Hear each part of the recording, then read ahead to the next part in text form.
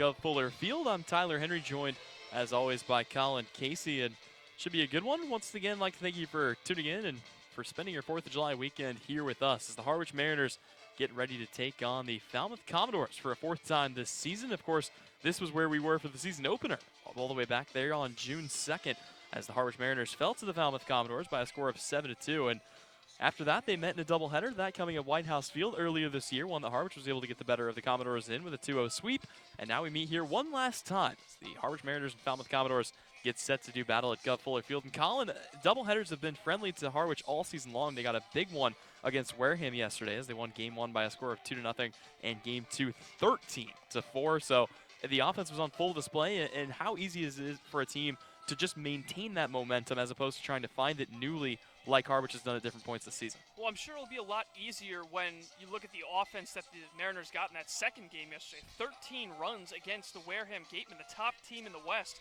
Definitely no small task, and a lot of that in large part due to Nico Cavadas, who went 4 of 6 in the doubleheader. He basically hit for the cycle in those two games with a single, double, triple, and homer, and drove in 5 runs. So the offense from the heart of the order, especially Nico Cavadas, making the difference. Because we know how good the pitching is for Harwich. They're first in the entire CCPL in a ton of categories. Strikeouts, ERA, whip. We know what the pitching can do. The important thing is to get the offense going with it. Mariners have over the last couple of games, and let's see if they can continue that success tonight against the Commodores. Of course, Harwich will be putting out Carson Seymour today, and he will look for another good outing. He's looked solid so far this season. He's come in to 3 different games. He's pitched a total of 9 innings, a 4.0 ERA for him, and 7 strikeouts to only 6 walks, and he will be facing off against a Falmouth team that is feeling pretty good about themselves, Colin. They've won 6 of their last 8 games. This team has brought themselves all the way back from being down in the basement with Bourne and Hyannis about a week ago to now sitting just 2 points behind the leader in Wareham and 1 point behind second-place team Katuitt. This is a hot team, and Harwich is, going to have a tall task here trying to put out the fire. Yeah, they've done something actually that Harwich has struggled with, and that is beat teams in their division. They've only played 7 games so far with all the rainouts they've been dealing with. This is actually their 20th game overall, but only 7 games against the West. Pretty good record in that span, 4-2-1. They won both games against Katuitt, a very tough opponent. But if you're the Mariners, just kind of same mindset you went into in the last game. They're getting a pretty good pitcher here in Carmen Mazinski, and as long as they can kind of generate the offense they had yesterday, Mariners should be able to come away with another victory and make it 3 in a row against Western Division opponents. So Carmen Majinski gets set to take the bump here for the Falmouth Commodores. We'll take a look at what he's accomplished this season. It's been a solid performance out of him as he has not posted a win or a loss yet, but a 2.89 ERA. He has gotten 2 no decisions in 2 starts, and through 9 1/3 innings pitched, he has walked just 2 hitters compared to 14 strikeouts. So this is arguably the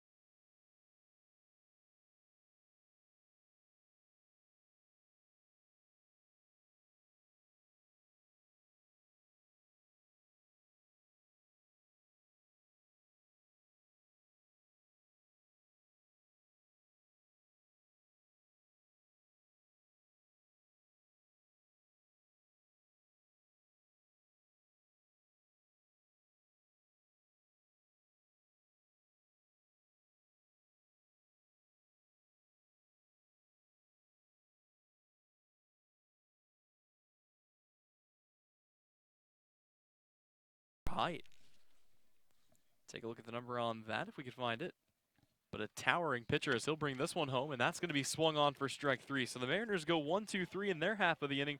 We go to the home half of the first. It'll be Falmouth trying to get the bat started when we come back here on the Harwich Radio Network.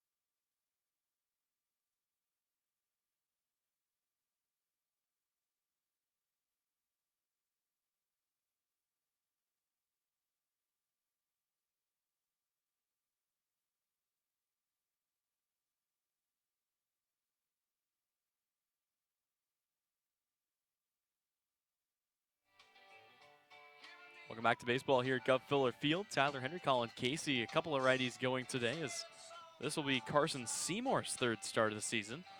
And he'll get an opportunity to try to put the bats down quietly in the home half of the order for the Commodores, who were able to get the Mariners to go 1-2-3 in their half of the inning.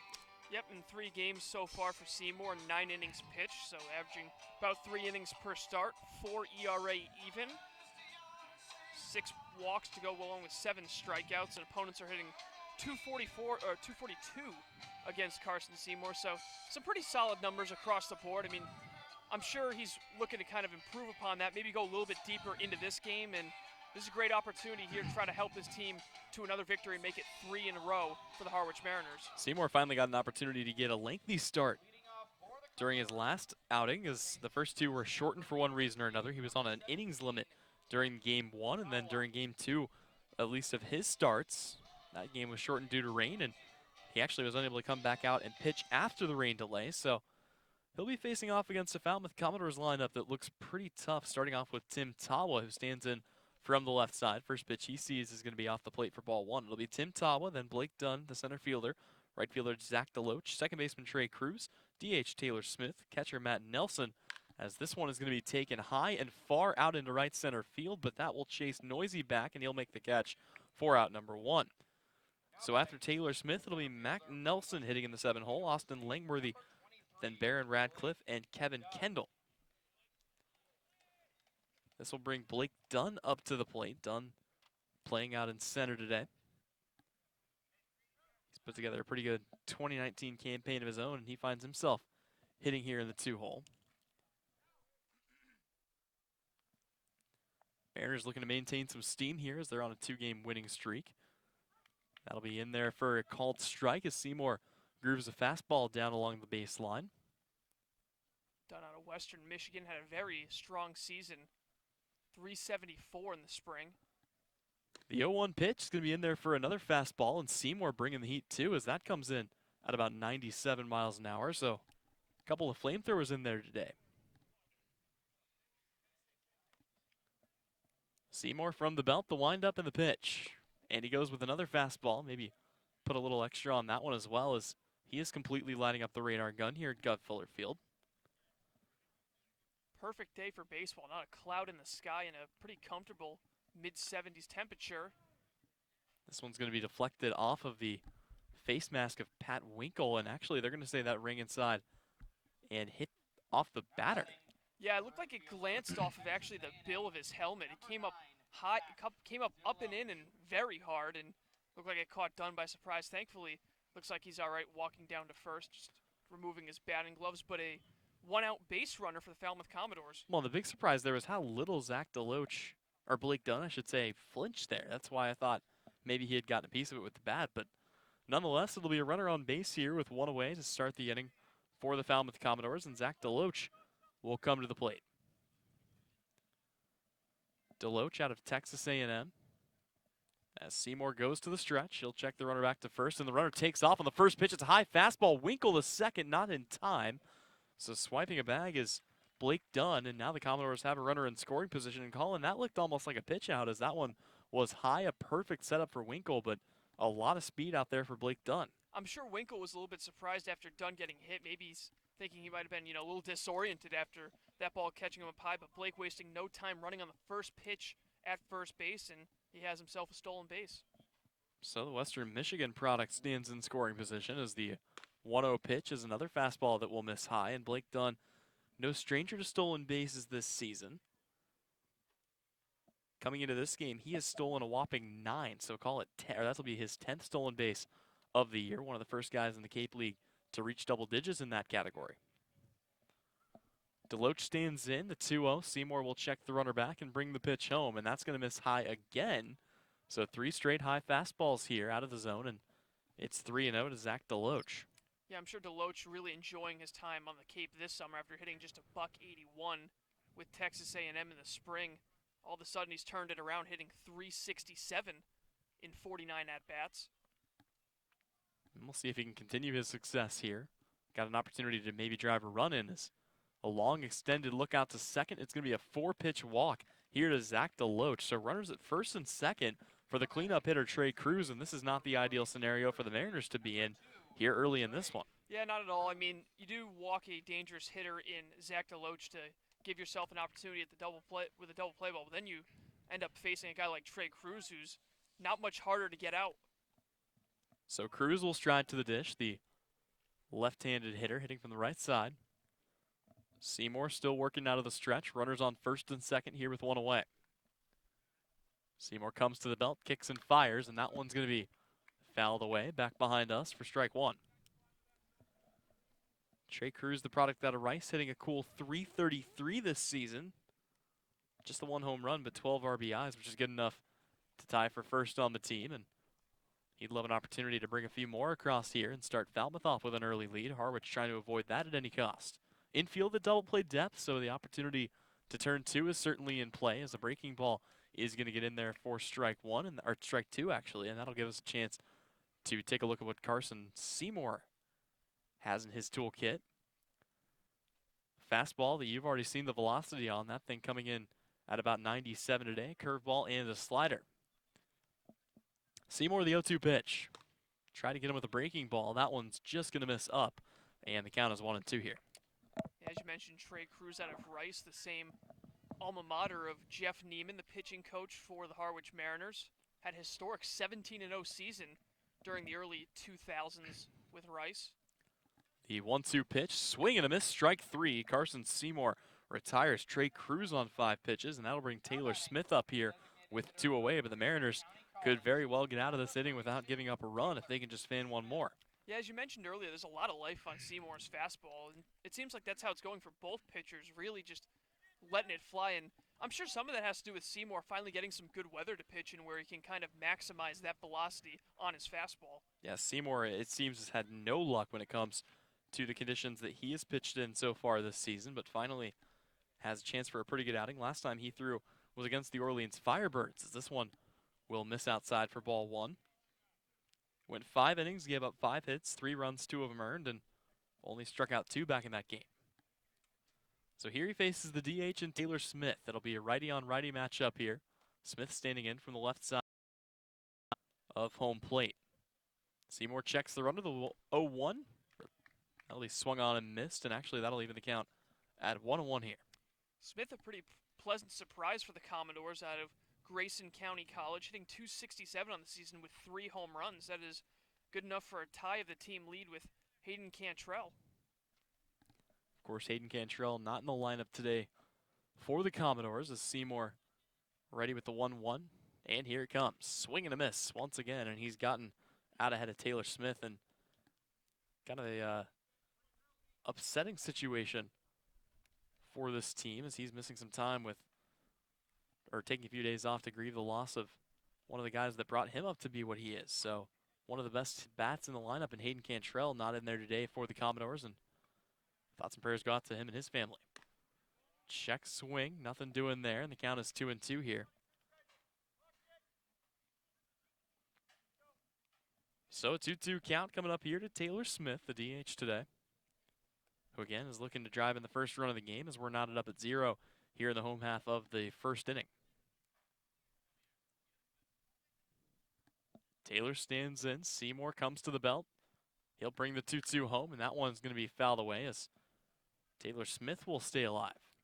Smith's been known to show some pretty good patience at the plate. He's walked 6 times in just 15 at-bats, so he knows how to coax a walk when needed, and that would be pretty big to load the bases for the man on deck, Matt Nelson. A lot of speed, a lot of power top to bottom here on this Falmouth lineup, and it's part of the reason why they've been able to bounce back and win 6 of their last 8. The 2-2 pitch, that one's going to miss in the dirt. Seymour tried to get him to chase a slider, and the count is going to be full here once again. Yeah, this could be a really big pitch for Seymour. Base hit would probably give Falmouth an early lead with the runner going. So everybody will get a head start here. Seymour brings the pitch home, and swing and a miss, strike 3, that'll do it. One up, couple on base, but nobody across for the Falmouth Commodores. We go to the break. Second inning coming up. After this, you're listening to Harwich Baseball here on the Mariners Radio Network.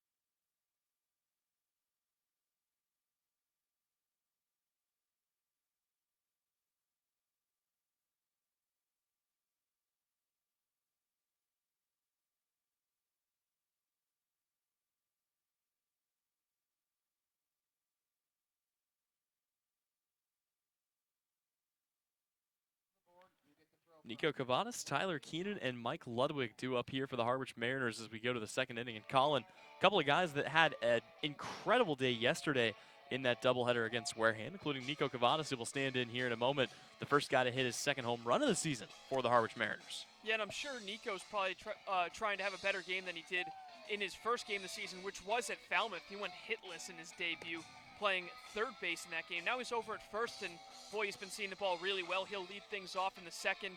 Again, coming off of a 4 of 6 in 2 games yesterday with a home run, a triple, and a double, and 5 RBIs. So we'll see if Nico can continue that success. And the guys behind him have been doing pretty well over the last couple of days as well. Tyler Keenan with a big game in the second of 2 yesterday. So good part of the lineup for the Mariners, try to make some noise in the top half of the second. And a much different roster than what the Harwich Mariners saw back in that opening day as well. A couple of returners for Falmouth, obviously Hayden Cantrell, Trey Cruz, Blake Dunn, and Michael Turner, but plenty of guys have been let go since then. So the Mariners will come up to the bat here. Second inning facing off against Carmen Majensky, who comes set from the windup, and the first pitch he delivers is a slider that will miss low. And Colin, maybe the most interesting thing about Carmen Majensky might be the spelling of his name. It's not what you would expect it to be. As the 1-0 pitch comes in, that one's going to be in there for a called strike. It's Mlodzinski. And this is why we thank the Lord that we have opposing broadcasters to give us pronunciations. The 1-1 pitch on its way. That's going to be fouled away back to the Harwich dugout. So Cavadas falls behind 1-2 here, but we've had a few of those here. Harwich has a few of their own. Dylan Noisy and Max Marshock are probably the two that come to mind first, of course. But yeah, Majinski, that ought to be in the Scripps National Spelling Bee. It might as well be. Maybe we wouldn't have a tie this year. As Cavadas lifts this one out to left field, but foul. There is a school bus parked directly behind the scoreboard. As I don't believe that's Harwich's, but Harwich did have to move their bus earlier today as they had the PA announcer call them out. Apparently that was in the wrong spot, so simple fix, everything moved over. Here comes the 1-2 pitch to Cavadas. And that one's going to be hit hard right back to second. Picked up by Trey Cruz. He'll throw to first in time for the first out of the inning. That's all you can really ask for when you give up a ball and play to Nico Cavadas, because every ball he put in play yesterday he reached base on. The only two outs he recorded were both via the strikeout. Generating some weak contact was Majinski, and big out to lead off the second. So that brings up Tyler Keenan, who has been on an absolute tear. Another guy that had an excellent day yesterday. Then again, who didn't? I mean, I feel like I sound like a broken record saying that over and over again. Everybody in both lineups did a pretty good job yesterday, as Keenan will watch a fastball in there for a called strike one. Yeah, even Christian Fedko, who went hitless in game number 2, still managed to pick up a double in the 6th inning in game 1. Well, and keep in mind, he walked into the doubleheader hitting .390. As Keenan will foul this one off his foot and into play, and that one rolls all the way out to third. Tawa was able to pick that up, as that can't feel good. Keenan will shake that one off and get back into the box here. And with Fedko out, this will give Corey Acton a chance for redemption after going 0 for 2 with a hit by pitch in game 1 yesterday. Off-speed pitch will miss low. That one coming in at 85 and well under the knees of Tyler Keenan. So Keenan digs in, the 1-2 pitch. And that one's going to just miss outside, as still bringing home the heat is Carmen Majinski. Falmouth comes in 10-8-1 with the fewest games played by any team in the Cape, just their 20th game this evening. 2-2 pitch. That one's going to be hit foul down the first base line. And yeah, it wasn't really their fault. It seemed like their schedule kind of just followed around whoever had a rainout that day. Right. And I remember several days where I think it was a 4-day stretch. They missed 4 games at 4 different sites. Only one of those was a home game. So just no luck for the Falmouth Commodores here early, and they'll be playing catch-up for the rest of the year, as will the Bourne Braves, the 2 teams that have played the least in the league this year, as Majinski steps off to think things over. And to make matters worse for those 2 teams, no more off days remaining, with the exception of the All-Star game. Majinski with a 2-2 pitch. That one's going to be in there for a called strike 3. Fastball in the inner half, and Keenan is down on strikes. Well, Majinski's really locating all of his pitches well. I mean, especially that fastball. I mean, as a hitter, it can be so tough, especially a left-handed hitter with a righty on the mound, to pick up that inside fastball and try to get your hands around when it's got that much life on it. So Majinski's really bringing the heat, and he's been able to locate it as well, which is really important when you can throw a fastball that hard. So that brings up Mike Ludwig, who is sitting in the DH slot today, and Ludwig getting a start yesterday, making the most of it, as the first pitch he sees is going to be a fastball that he will swing over for strike 1. Didn't get a chance to play in game 2, but had his opportunities in game 1. He stands at the ready, the 0-1 pitch. That one's going to miss low and outside. And actually, yeah, Ludwig in game 2, not game 1. Reached on an error and had 1 strikeout, so technically an 0 for day, but he came across to score the run, the final of the day, and the 13th for the Harwich Mariners. As the 1-1 pitch will miss low and inside, count it 2-1 here. Yeah, the thing is with Ludwig is he was one of the guys early on that was one of the few guys that was consistently hitting the ball, and then all of a sudden when he kind of went into a tough stretch, all those RBI opportunities as that ball's fouled off, he started getting those RBI opportunities and wasn't able to hit the ball then, but since he was the only one hitting at the beginning of the year, he wasn't really able to drive in any runs until that game where he drove in 2 a few days ago. Looks like he's broken his bat here, so on the foul ball, he's going to have to come and get another one. That'll give us a chance to set the defense out there for the Falmouth Commodores. It's Matt Nelson behind the dish, Radcliffe over at first, Trey Cruz at second, Kendall at short, Tawa at third, Austin Langworthy out in left, Zach DeLoach in right, and Blake Dunn out in center. 2-2 count. Majinski comes set from the windup. The pitch. That one's going to be taken up the right side. It's going to be a good grab by the second baseman in Trey Cruz, and he'll flip it to first for the third out of the inning. Another 3 up, 3 down for the Mariners. We go to the home half of the second. Harwich knotted up with Falmouth 0-0 when we come back on the Harwich Mariners Radio Network.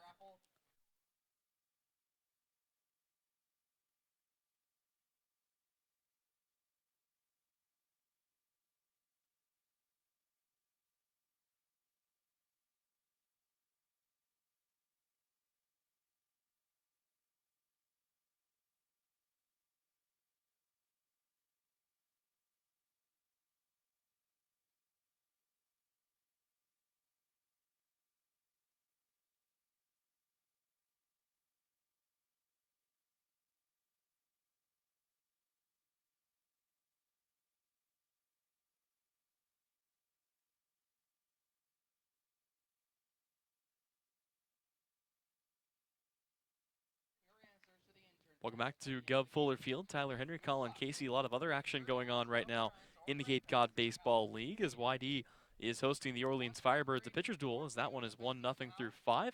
Other games going on right now. The Katuitt Cavaliers visiting the Bourne Braves. Bourne fresh off of a sweep in a doubleheader by the Hyannis Harbor Hawks. Hyannis, of course, is out at Wareham today. And then the nightcap is going to feature Brewster and Chatham. And that could be helpful, Colin, as so far Brewster has only lost to one East team, but so has Chatham. So both of those teams have done exceptionally well against the East, and hopefully Chatham can hand Brewster a loss as Harwich is within striking distance, just 1 point behind the second-to-last team in the Eastern Division. Yep, couple of good days for Harwich, couple bad days for Brewster, and all of a sudden we have an even tighter race towards the bottom of the division with 3 teams within about a game and a half of each other, including Orleans, who, as you mentioned, are playing today. They're trailing, and they're in danger of losing their 5th straight game, so they really need to break this losing skid. Carson Seymour will come back out. First pitch he delivers is a fastball that'll miss low, and it's a 1-0 count here to start Matt Nelson. Nelson, the catcher today, standing in from the left side, and the next pitch he sees is a fastball that's going to miss up. And the crazy thing about Hyannis is the 2 teams in front of them, Falmouth and Bourne, I believe both have losing records against the Harbor Hawks. Nelson will watch this in for a ball, and who was the other team you said had the losing record against the Harbor Hawks? I believe the Bourne Braves do now after getting swept in that doubleheader yesterday. Yep, so they fall well behind the 8 ball as this one's in there for a called strike. So it's a 3-1 count here, and of course, that playoff race getting a little bit tighter as well. Don't look now, but Hyannis is just 3 points behind the Bourne Braves, or a game and a half. 3-1 pitch, that one's going to miss for ball 4, and that will put Matt Nelson on base here to start the second. And the good thing, though, about Falmouth, even though they've struggled against the Harbor Hawks, they still have several games in hand against Hyannis. So as long as they can at least, play 500 baseball over the games that they have to make up, they should put themselves in a position to be able to make the postseason. That is walk number 3 for Matt Nelson on the season. He does not have a hit yet, but he's found his way on base a time or two. This one's going to be smoked into center field. Dylan Noisy will have to take about 3 steps to his left, though, as he's playing in the perfect spot, and he'll glove it for out number 1. Yeah, that ball really jumped off of Austin Langworthy's bat. Not messing around, swings at the first pitch, squares it up, but Noisy's kind of just been in the right place at the right time. The second time he's had to go back and make a catch, the first to lead off the bottom of the first against Tim Tawa. So now a big first out, and see if Baron Radcliffe can get something going for the Commodores. Yep, Radcliffe having a pretty tough season from the plate as well, hitting just 120, and the first pitch he sees will be off the plate for ball 1. So some not necessarily control issues, but struggling to locate a little bit. Here is Carson Seymour being awfully cautious with that strike zone. Here comes the 1-0 pitch. Swing and a miss. Radcliffe goes right through that one, and he's even the count up here at 1-1. Radcliffe out of Georgia Tech. Again, a guy who struggled in the spring, just 195, I should say. 4 homers, 16 runs batted in. This one's going to be lined a laser out into left center. Noisy is coming over. He can't make the catch. It gets by him. It's going to be picked up by Weimer, who throws it in. And they could have maybe had a throw there at third, but cutting it off was Hal Hughes. So it's going to be a stand-up double for Baron Radcliffe. And once again, runner in scoring position here with 1 out for the Falmouth Commodores. And that was a pretty good effort by Dylan Noisy, who had to get on his horse to even have a chance at that ball. He might have even gotten a glove on it before it hit the turf, but just such a tough play. Radcliffe doing a great job taking the ball the other way. And now the 9-hitter Kevin Kendall's got an opportunity to perhaps drive in a couple of runs with a base hit. Yeah, Kendall's looked a little bit better this year, hitting .208, but of course, coming out of the University of UCLA. Fastball will miss high, so falling behind another hitter here is Carson Seymour. And yeah, I mean, this lineup has been, they have potential 1 through 9, but really the guys that have performed for them this season have been in the top parts of the order. As this one is going to be hit weakly. Runner's coming home, picking it up as Keenan. He's going to go to first. And it's going to be in time for the out. It looked like he might have been able to have the runner at home, but he elects not to throw to the waiting Hal Hughes. And kind of an odd play there, but it'll be out number 2. The Mariners trading out for a run. And Falmouth's on top 1-0 here to start this one. Yeah, I'm not sure why Keenan hesitated. It looked like he didn't exactly field it cleanly, so he kind of had to wait a little bit. But even when he got a grip on the ball, it seemed like he had enough time to throw it home I mean, Nelson, the catcher, not with a ton of speed, so interesting decision. He kind of just wanted to play it safe and get the sure out, but now a runner in scoring position, one home in the inning and two away. Yeah, he was running completely parallel to Nelson, and both of them were about halfway down the line as Tim Tala, the leadoff hitter, steps in here for a second time today. He flew out to center his first time up. So the Mariners fall behind here early. Again, they've typically been the team to take an early lead over the last week. This one's going to be taken right at Hal Hughes at short, who will glove it for out number 3, and the inning is over, but not before the Commodores strike for one. They lead at 1-0. When we come back, the Mariners' bats come up in the third after this. You're listening to Harwich Baseball on the Mariners Radio Network.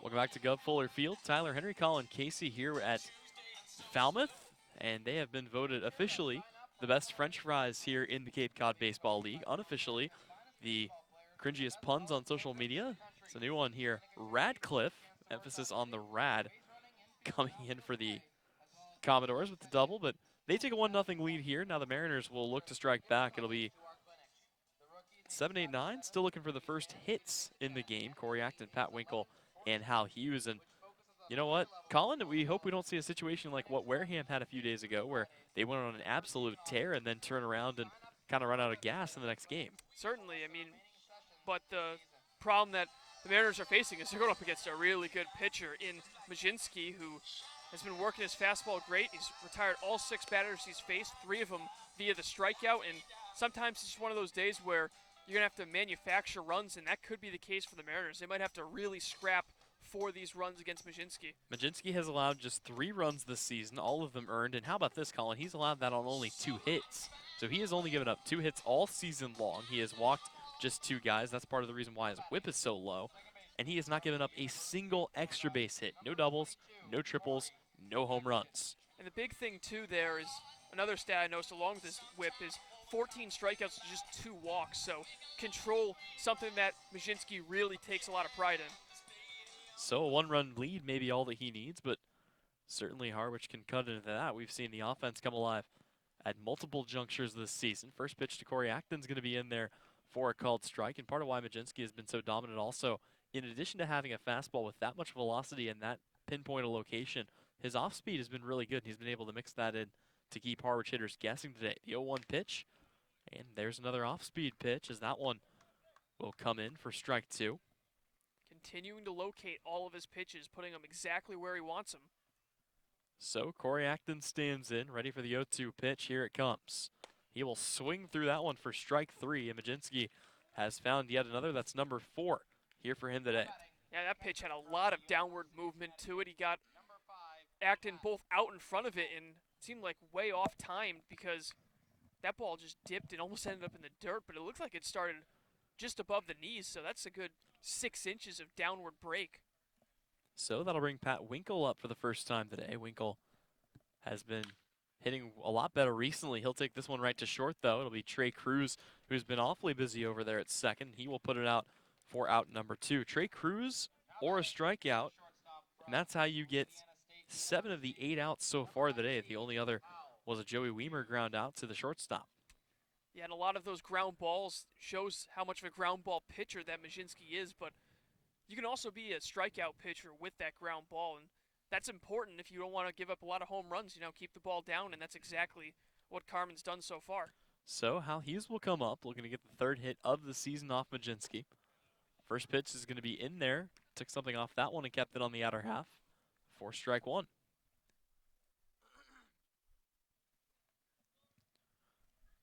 Hughes will dig in here, the 0-1 pitch, and he'll check his swing, but comes around. That's going to be strike two, and once again, just getting ahead of the hitter. Here is Majinski. Yeah, really similar approach to what we saw from Jacob Polish the other day, which is where, he knows when to get strikeouts and when to kind of just pitch to contact, and just a great balance so far through almost 3 innings. See if he goes right at him here. The 0-2 pitch, and that's going to be a fastball that's going to be called strike three, high and away, and that will end the inning. 3 up, 3 down. Once again, Harwich will come back into the field, and the Commodores will look for more runs. They lead at 1-0 after this. You're listening to Harwich Baseball here on the Mariners Radio Network.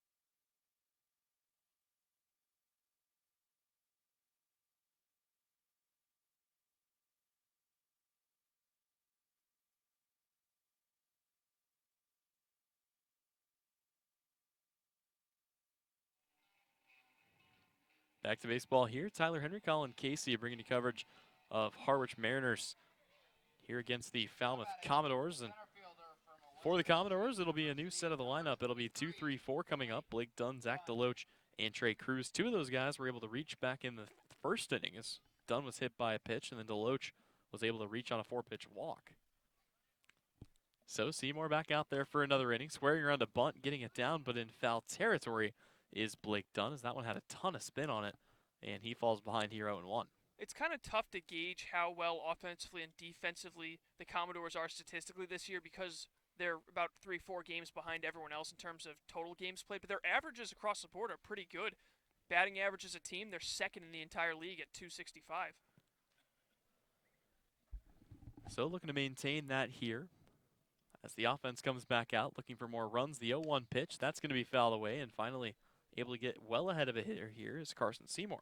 And then more impressively, their pitching as well, which we've seen from Majinski, has been phenomenal, but they have the lowest, they have the second lowest whip as a entire staff, 122.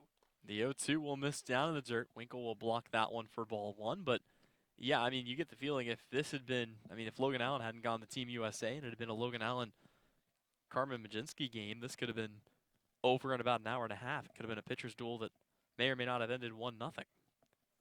Seymour comes set, the 1-2 pitch. That one's going to be chopped up to third. Keenan will pick it up, throws across, and it's going to be in time for the first out of the inning. Yeah, a lot more comfort on that play by Tyler Keenan. The run scoring play last inning on that RBI groundout by Kevin Kendall, Keenan was about to throw that ball home, and then he kind of thought better of it, even though it looked like he might have had him in time with a perfect throw.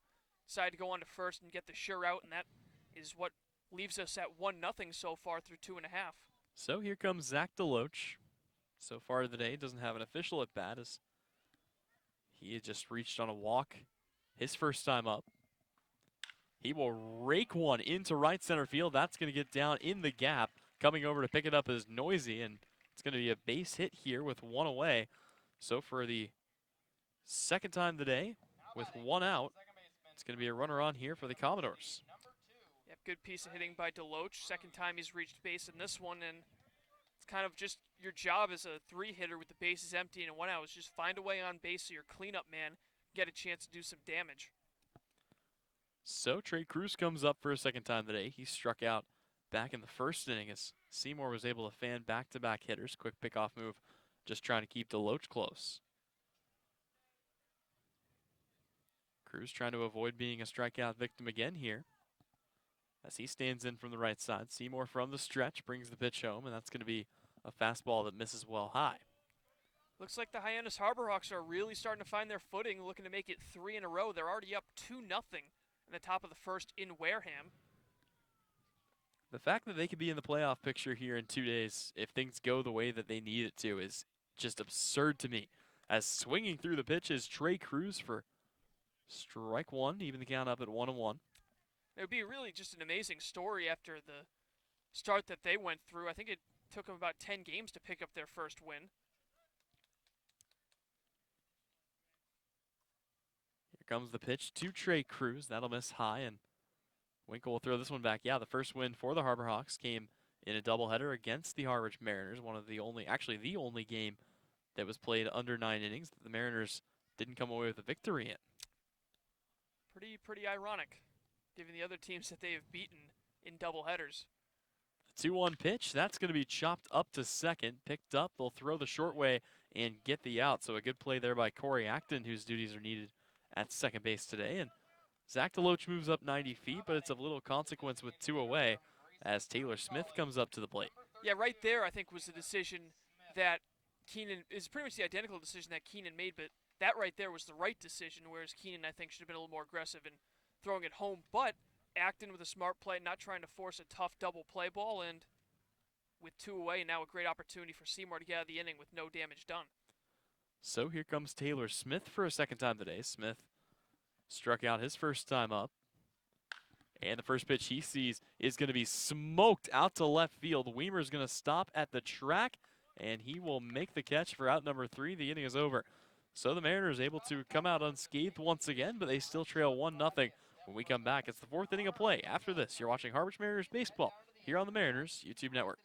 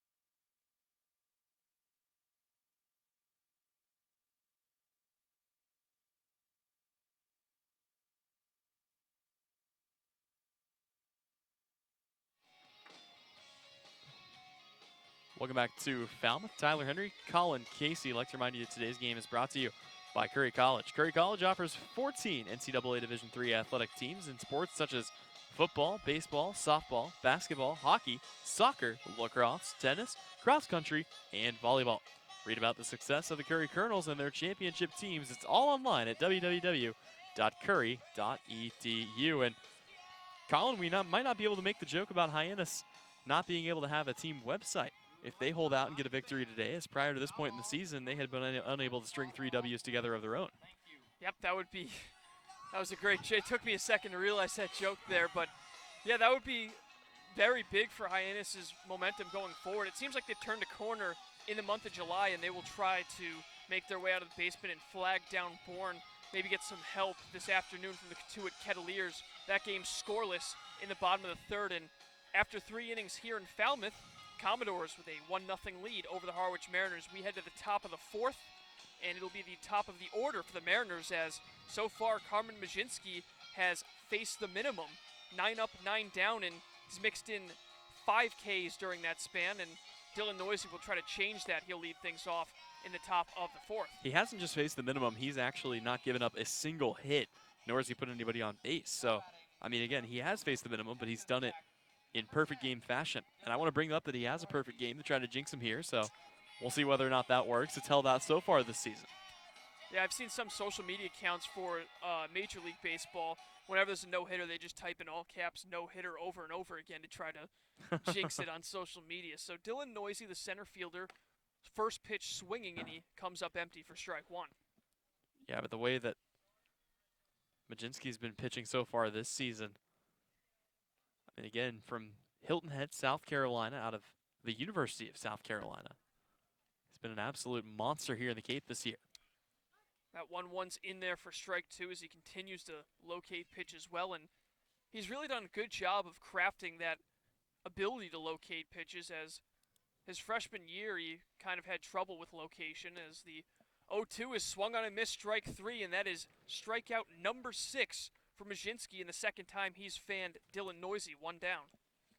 So that'll bring Joey Weimer up. You get the feeling if there's going to be a guy that's going to break this up, it could very well be Joey Weimer. He has just been hitting the cover off the ball, and every single time he gets up there, it doesn't just look like he wants to hit the ball hard. It looks like he wants to hurt it. I mean, he's trying to smash that thing every single plate appearance. So he'll come up here. We'll see whether his aggressiveness pays off. First pitch to the Cincinnati Bearcat misses low and outside. Weimer grounded out to short in his first plate appearance. It was a pretty hard-hit ball up the middle. A nice play by the shortstop Kendall, who owns the only RBI for the Falmouth Commodores in this one. 1-1, and Weimer gets a piece of it, goes straight to the backstop. Joey Weimer, along with Nico Cavadas, both having phenomenal games, as we mentioned earlier in yesterday's doubleheader. But Weimer did get picked off twice in game number 1 as that pitch misses outside to make it 2-1. So not all great things for Weimer, as he did have a tough time on the base pass, but that didn't really stop him from being aggressive later on in the doubleheader. Yeah, nor should it. It's just a part of his game that makes him unique. 2-1 is over to make it 2-2. Weimer finds himself in the 2-hole in this game as he's really kind of bounced around. He even batted leadoff for a little bit. Also moved all the way as far down as 6th, and even seen him in the 3 and 4 spots. So versatile guy in the lineup, but he swings and misses for strike 3, and that is now 3 consecutive strikeouts dating back to last inning, in the 7th so far for Carmen Majinski, 2 down in the 4th. Yeah, he's just looked unhittable right now, and we haven't even really seen anybody get solid contact on him other than Joey Weimer back in that first inning. Everybody else has kind of just hit the ball softly over there to the second baseman.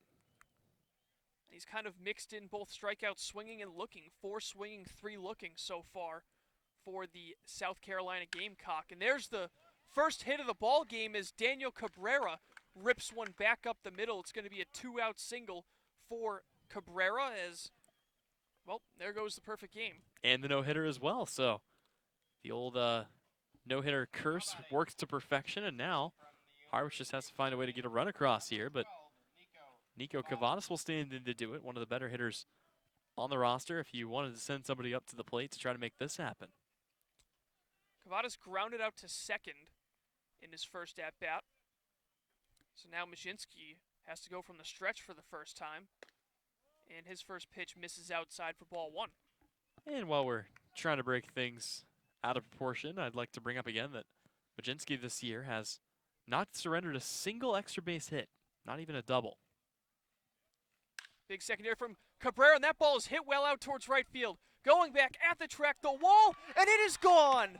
Tyler Henry has jinxed him yet again. A 2-run shot for Nico Cavadas, and he has homered in 2 consecutive games, and the Mariners take a 2-1 lead. Look, that was a great swing by Nico Cavadas, but I'm going to have to take at least partial credit for that, as Cavadas gives the Mariners a 2-run lead, and boy, he completely smoked that ball all the way out to right field. That one, you can kind of see the goalposts of the high school football field. You got any more on that?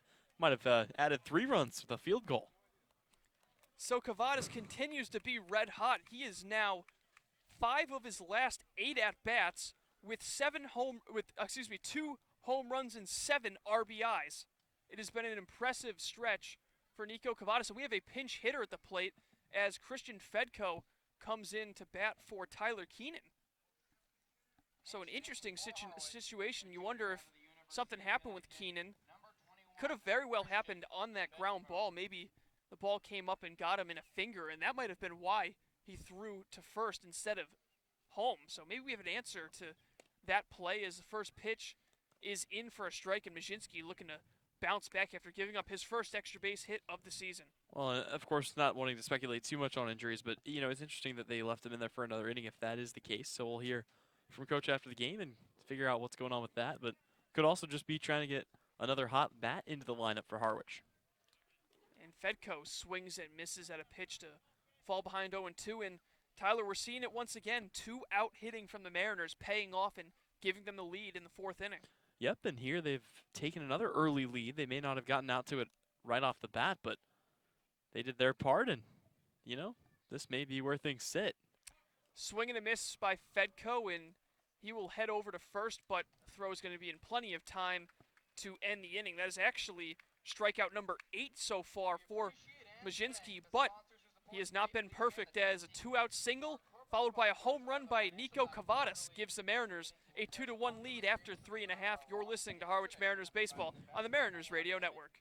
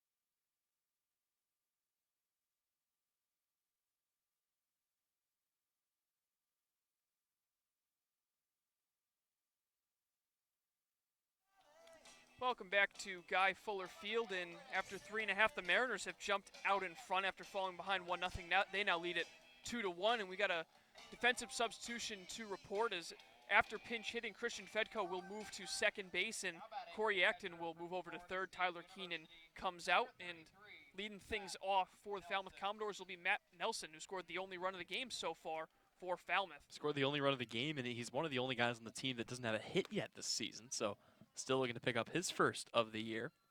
First pitch will miss low to Nelson. Nelson out of Florida State. And he takes a pitch, that one on the outside corner for a strike to make it 1-1. Yeah, we'll see if Seymour looks more comfortable here in this inning. It seems like as the game has gone on, he has definitely calmed down a little bit, and he's been able to locate in the zone a lot better. 1-1 misses low. Nelson, drafted out of high school by the Phillies in the 39th round. He's actually the number 2 catcher out of Florida, ranked by Perfect Game at the time. He fouls that pitch straight back. Yep, so we'll see if Seymour can finish him off here. As, again, mentioned, the only way that he's been put on base so far this season is via the walk. He's got 3 on the year, 2 strikeouts. We'll see his 5th pitch here, so working the count as always. 2-2, and that pitch is in there for strike 3. It was a front door breaking ball from Carson Seymour, and he picks up his 3rd strikeout of the evening, 1 away. And Nelson knew it too. He was walking back to the dugout before the umpire even punched him out, so that'll bring Austin Langworthy up. He fouled out, or he flied out to center field this first time up, and you know, Colin, Harwich has given up 5 base runners in this game. They've only had 1 of their own, technically speaking, and they still lead it. First pitch is a strike to Austin Langworthy. So we go from a Florida State Seminole to a Florida Gator in the 6-7 spot. They put their rivalries aside to be teammates this summer, as that pitch misses to even the count, 1-1 to Austin Langworthy. Yep, a teammate of Corey Acton, trying to get something done against his former teammate's new opposing team. And the 1-1 is in there for a strike. So Seymour, after surrendering a couple of walks in the first 2 innings, he's really figured out how to locate his pitches, and he's ahead 1-2.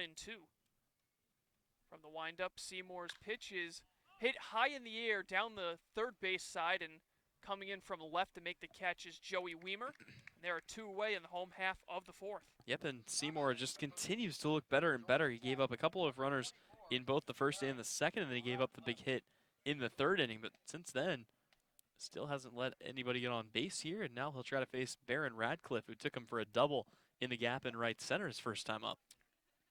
4 consecutive batters retired for Carson Seymour, and his first pitch to Radcliffe is outside for a ball, and we'll see if he is a little more careful approaching Radcliffe this time around compared to the double he gave up in the second.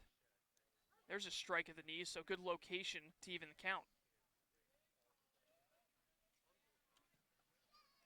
Radcliffe out of Georgia Tech, so a lot of these southern schools represented by the Commodores, and he waves at a pitch well off balance to make it 1-2. Yeah, Seymour pulled the string on him there, took a lot of velocity off of that pitch, and got him completely out in front of it. So Radcliffe's going to have to shorten up on the bat here with a 1-2 count. Seymour from the windup, and that pitch is fouled straight back over the press box. Barron Radcliffe, a rising junior. He was also drafted out of high school in the 40th round by the Atlanta Braves. So the Georgia native drafted by the Georgia team, as that ball misses in the dirt to even the count at 2-2. Yep, and we'll see if Seymour can get one more punch out. His pitch count, not that bad for the runners he's given up. They usually came early on in counts, so he could definitely go deep into this game, depending on how long Coach E wants to leave him in there for. 2-2 is in there for a called strike 3, so a pair of punch-outs in the fourth for Seymour, and he's now got 4 on the evening as he and the Harwich Mariners enjoy a 2-1 lead after 4 innings from Falmouth. You're listening to Harwich Mariners Baseball on the Mariners Radio Network.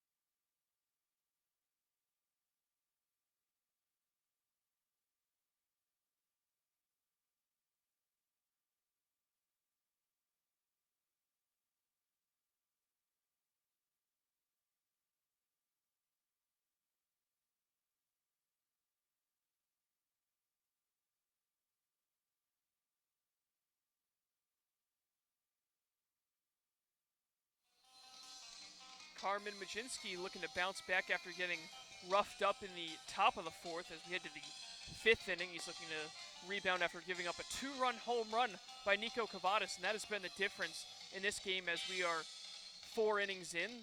2-1 lead for the Harwich Mariners, and now Majinski will face the 6, 7, and 8 hitters, beginning with the DH Mike Ludwig.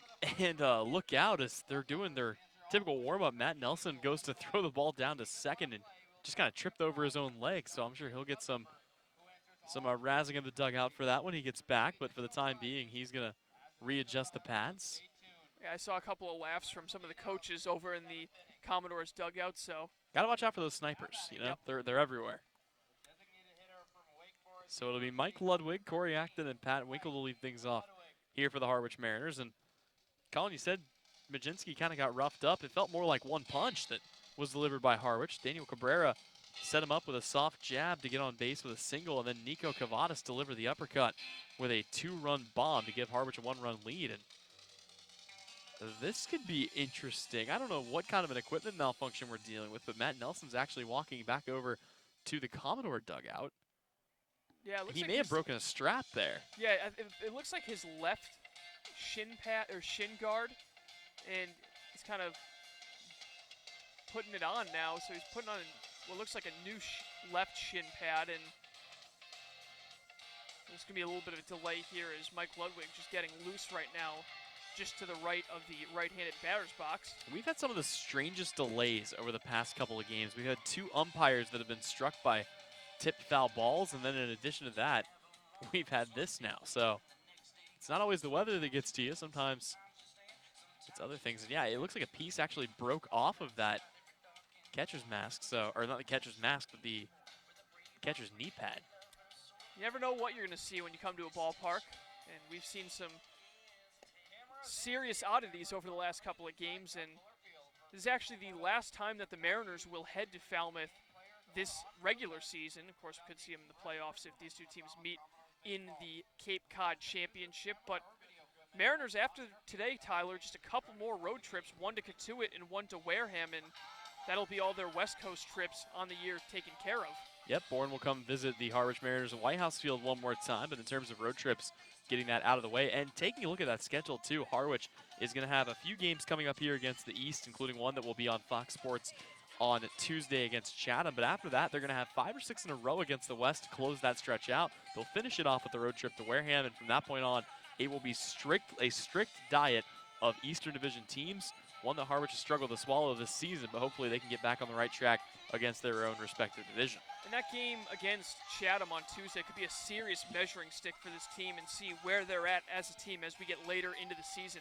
Chatham, a team that the Mariners haven't beaten yet this season. They're 0-2 against them, looking to try to get some revenge at White House Field on Tuesday. But we go back to the game today, and the first pitch that Mike Ludwig sees is a tapper to first, and it's going to actually roll foul. As looked like a little bit of a miscommunication between Majinski and his first baseman, Radcliffe, and the last second, Majinski decides to just let that ball roll foul, and they'll do it again with an 0-1 count to Mike Ludwig. Yeah, and a heads-up play there by Majinski to not try to get a hand on that as he jumps over the side of the ball. So he'll pick up a new baseball from the home plate umpire. It's Jeff Merzell.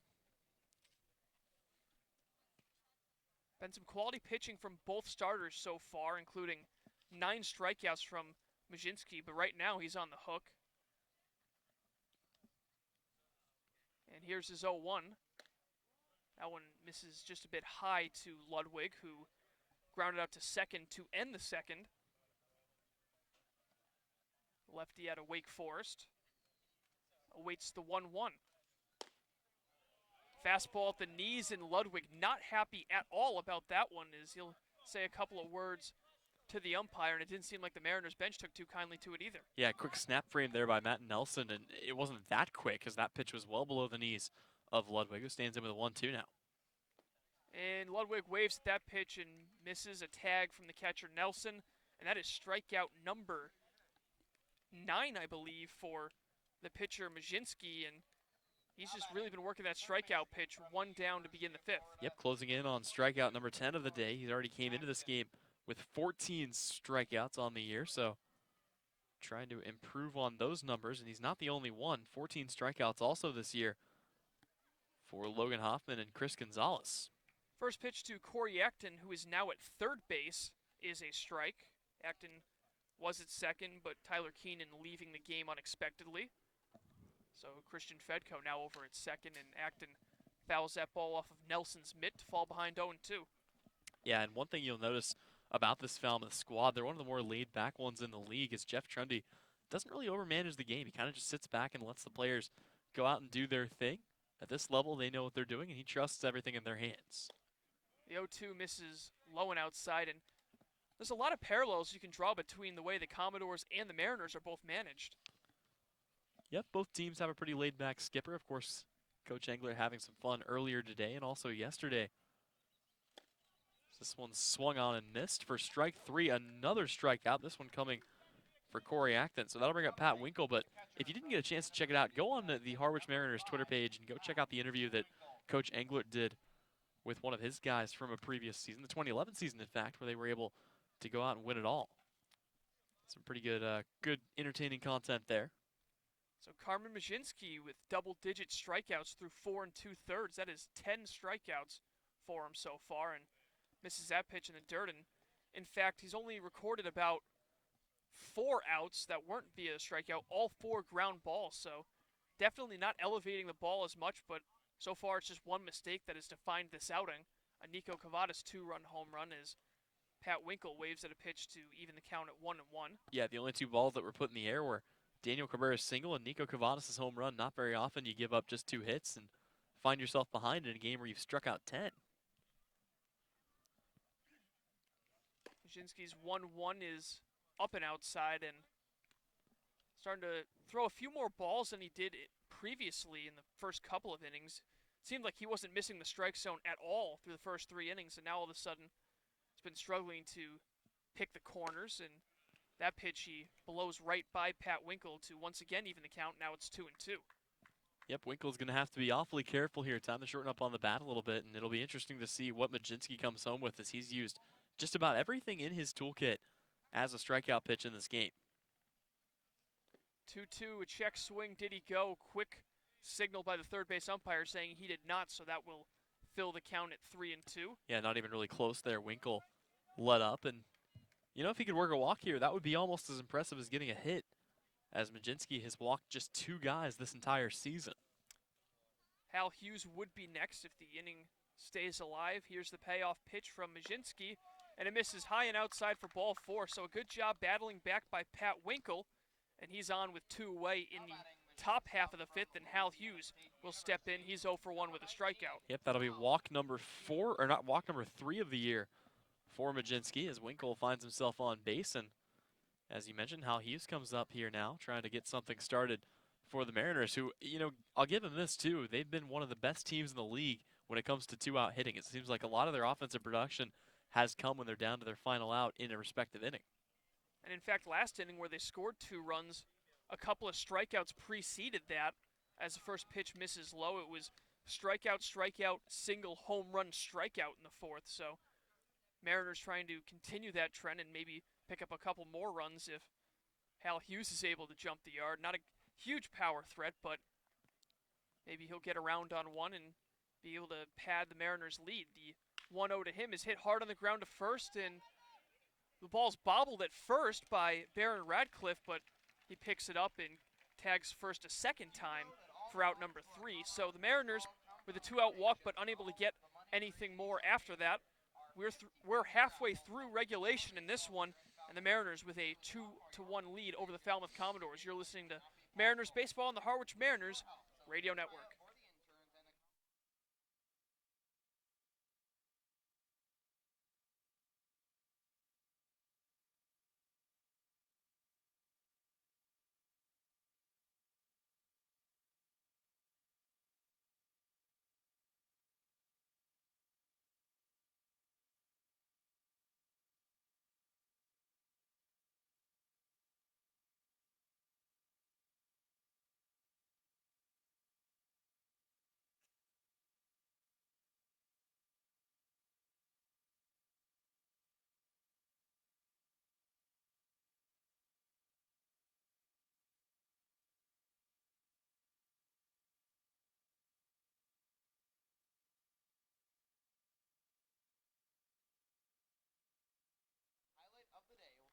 the 2-1 lead still for the Mariners here at Guy Fuller Field, and Carson Seymour going out for his 5th inning of work in what's been his longest start of the year so far, Tyler. Yep, it seems like he's been getting progressively longer and longer as these games have gone on, but finally able to come out and have his longest outing as he gets into the order for the 5th inning order through the 2nd time. So he'll have one more guy to face, and then he'll be through it for a 3rd time. So Kevin Kendall will come to the dish to lead things off. Yep, Kendall, the one who drove in the lone run for Falmouth on a ground ball to 3rd, that in the 2nd inning. And at the time, it gave the Commodores a 1-0 lead, but if you're just joining us, Nico Cavadas hit his 3rd home run of the season, a 2-run shot that drove in Daniel Cabrera and himself, and that is where we stand 2-1 Harwich over Falmouth. So Kevin Kendall, the UCLA Bruin, digs in, and the shortstop batting from the left side. Seymour will work once again from the windup, and he's retired 5 in a row, going back to the 3rd inning. And the first pitch he throws in the 5th is fouled straight back into the backstop. Yeah, and no padding on the backstop here at Gov Fuller Field, but chain link fence is going to pretty much deaden any impact that has. 0-1 is just a bit inside, and yeah, this chain link backstop has certainly seen better days. Oxidation left and right, as any pass ball, like you mentioned, will just kind of stop dead in its tracks as that pitch misses as well. So For the first time in a while, we've seen Seymour fall behind to a batter. It's now 2-1. And the pitch to the 9-hitter also misses, so Kevin Kendall trying to start something for the Commodores. He's got a 3-1 count. Seymour takes a moment to gather his thoughts behind the mound. Now he toes the rubber once again, and here's his 3-1. It misses up and away for ball 4, and it's a leadoff walk to Kevin Kendall that puts the tying run on base with nobody out in the bottom of the 5th. Yep, that'll be the 4th guy that Carson Seymour has put on today via either a walk or a hit by pitch. They've only had 2 hits in this entire game, but they've had plenty of runners because of that. So Mariners got some work to do here with nobody out. And Colin, you and I talked a little bit about some of the oddities that we've seen coming to the ballpark. The first of which came during Game 1, actually here at Gov Fuller Field, as Danny Harris got the first hit of the year for the Mariners, and it was a ground roll double because it rolled underneath the football bleachers out there on the right side. First pitch misses to Tim Tawa, and so far today we haven't seen really any action down that right field line, as everything's been hit either to right center or pretty much anywhere from right center on out towards the left field line, as that pitch misses. So that's another ball from Carson Seymour, and his catcher Pat Winkle's going to go out and try to calm him down. Yeah, just trying to go and see what the communication is, but definitely a tough span here. He's thrown 5 consecutive pitches outside of the zone, so Seymour just needing to settle down and throw some strikes here. But he is here in the top part of the order for the Commodores. This is part of the order that's gotten to more pitchers this year than the bottom for sure. Not one of the more potent lineups 1 through 9, but the top part has been awfully good this season. Seymour's actually surrendered more walks than he has hits. 3 walks and just 2 hits. The runner going. That pitch misses. Throw down by Pat Winkle is high and late, and it's going to be a stolen base for Kevin Kendall as shortstop picks up steal number 2 on the season. So runner in scoring position, and now a 3-0 count to the leadoff man Tim Tawa, who is 0 for 2 with a couple of flyouts.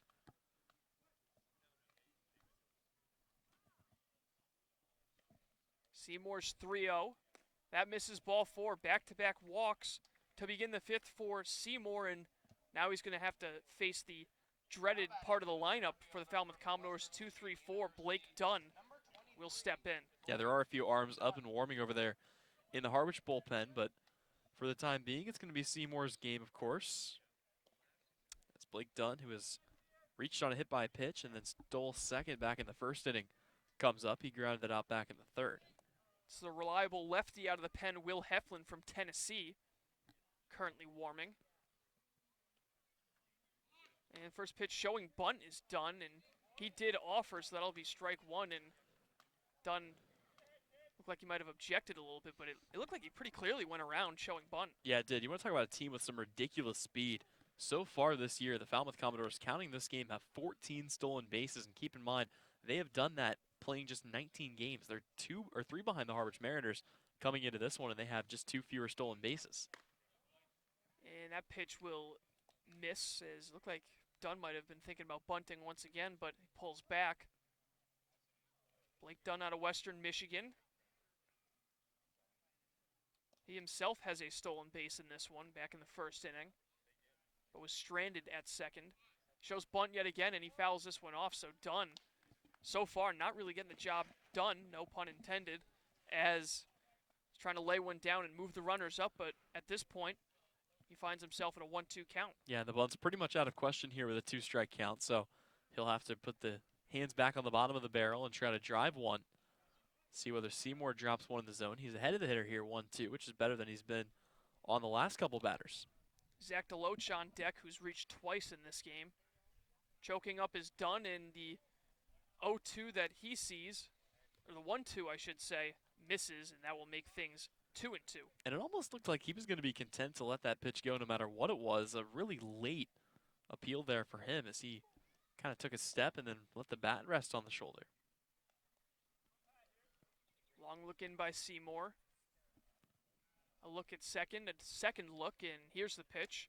And he blows a fastball by Dunn for strike 3. So there's a pretty monumental first out of the 5th, as with 2 on and 1 away, it'll bring up Zach DeLoach, the right fielder out of Texas A&M. Really quickly, I want to give you an update on what happened with Matt Nelson. His cleat broke in between innings. So The Falmouth Twitter page said, if you have another cleat, if you want to send that a size 12 to Gov Fuller Field, Falmouth, Massachusetts, zip code 02536. It's not something you see every day, a spike coming loose. So Deloach, who walked in the first and singled in the third. And Seymour will bluff over to second.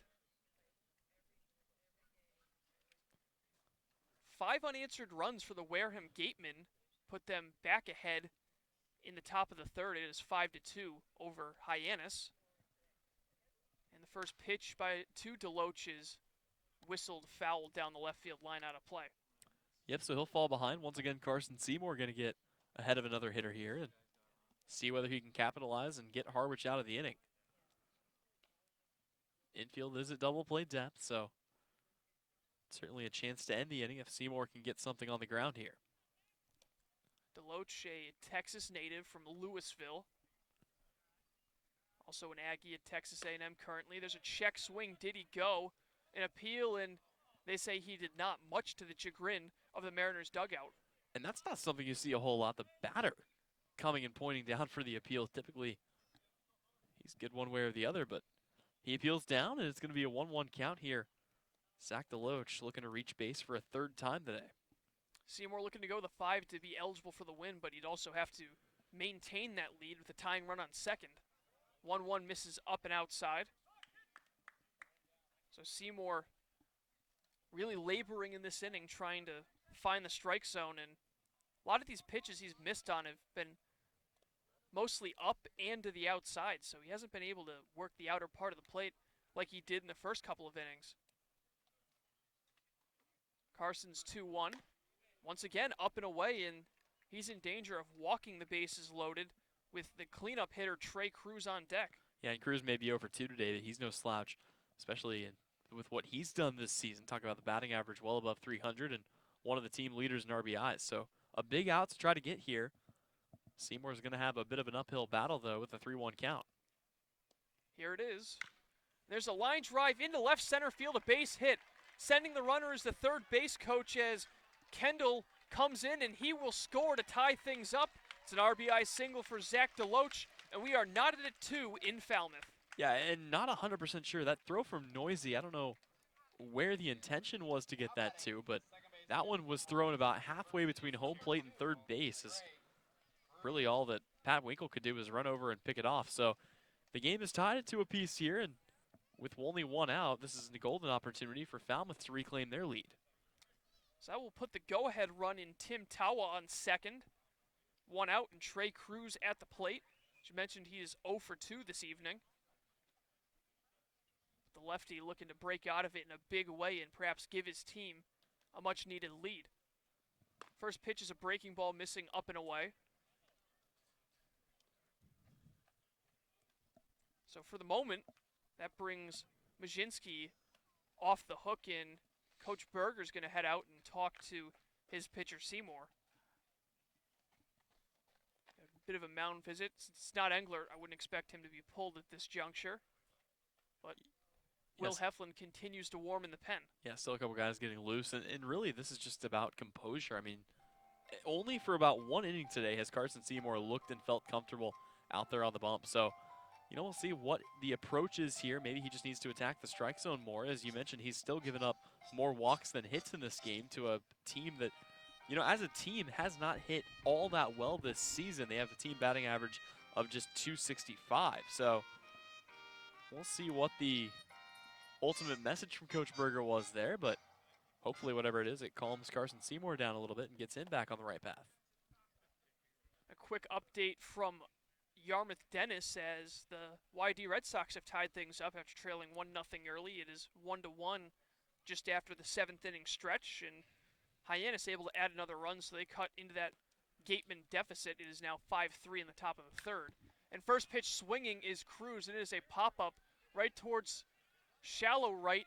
Cabrera comes in and makes the catch. No tag from the runner at second, Tawa, and there are 2 away. Yep, so they're able to work around the cleanup hitter once again, and now they'll face Taylor Smith, another guy that they've done a good job with today. Smith is 0 for 2 today with a strikeout and a flyout. So the DH Smith looking to try to bring home that runner from second and reclaim the lead for the Commodores. Falmouth comes in winning their last game, trying to make it a 2-game streak. Harwich trying to make it 3 in a row. Seymour from the stretch. He comes set. A glance at second, and the first pitch is on the outside corner for strike 1.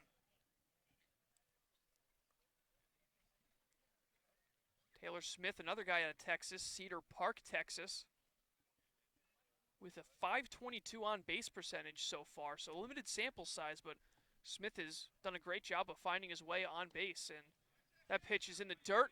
And Smith actually was telling the runners to stay, but runners didn't listen. They both are able to advance. So now all of a sudden, Taylor Smith with 2 runners in scoring position at the plate, and he's looking to try to give his team the lead with a base hit. Yeah, it was a huge secondary lead for Tim Tawa. No real surprise that he took off. And then on a delay, Deloach took off. And, you know, you had Tawa kind of rounding the corner, so there's nothing Winkle could have done about that. Certainly don't want to make a throw down to second and risk giving up the go-ahead run. But that run now moves up to be just 90 feet away. That does leave first base open for Seymour, the 1-1, and that will miss outside. But I don't think Seymour is looking to put another guy on base after walking a pair to lead off the inning. He's trying to get out of this jam with the game tied. The 2-1. Check swing low, and he was able to hold up, so now Seymour in danger of walking what would be his 5th batter of the game. That would make it a force at any base, and it would bring up Matt Nelson, who today is 0 for 1 with a strikeout, but also reached on a walk and came across to score one of the only 2 runs of the day for the Commodores. That coming back in the second. 3-1 swung on a miss. There's a big strike to get back into the at-bat for Seymour, and with a full count, he's 1 pitch away from getting himself out of this jam and what would likely be the last batter he would face if he's able to get out of it.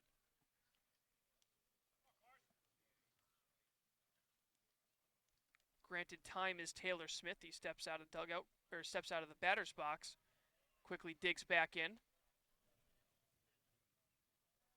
Seymour comes set. Payoff pitch. Check swing, and it's outside for ball 4. So Carson Seymour surrenders walk number 5, and Coach Steve Englert has seen enough. He will head out to retrieve his pitcher, and that's going to be the day for Carson Seymour. Yeah, and we'll see whether or not they're going to bring Will Heflin in. A couple of arms warming up over there in the bullpen, but Heflin would seemingly be the best choice as he's come into a few situations like this throughout the course of the season, including one just a few days ago. We'll get you an update on that, but for the time being, we'll take a break, and we'll have an update on the new pitcher into the game after this. When we come back, you're listening to Harwich Baseball here on the Mariners YouTube Network.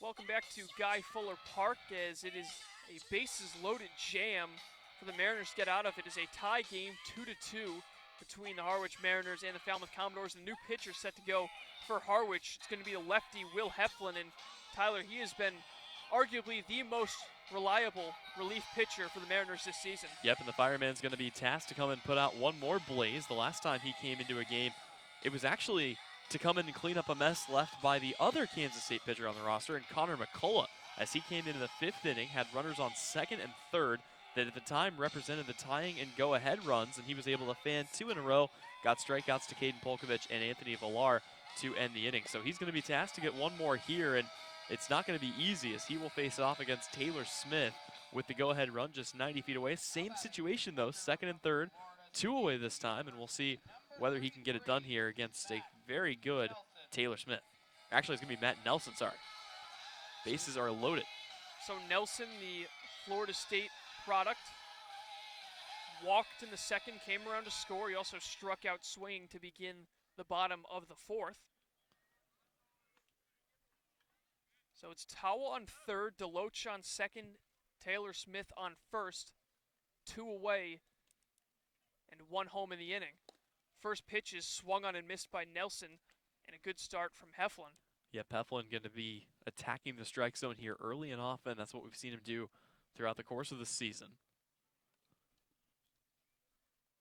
Will Heflin, the lefty out of Tennessee, stands at 5'11", and his first pitch is on the outside, or his second pitch, I should say, is on the outside corner. So Matt Nelson falls behind 0-2. Yep, fastball, curveball, changeup for Heflin, and so far he's come into 4 games, 11 innings pitched, a .82 ERA, a save, and 16 strikeouts to only 3 walks. He's looking for one more big strike with 3 on and 2 away in a tie ball game.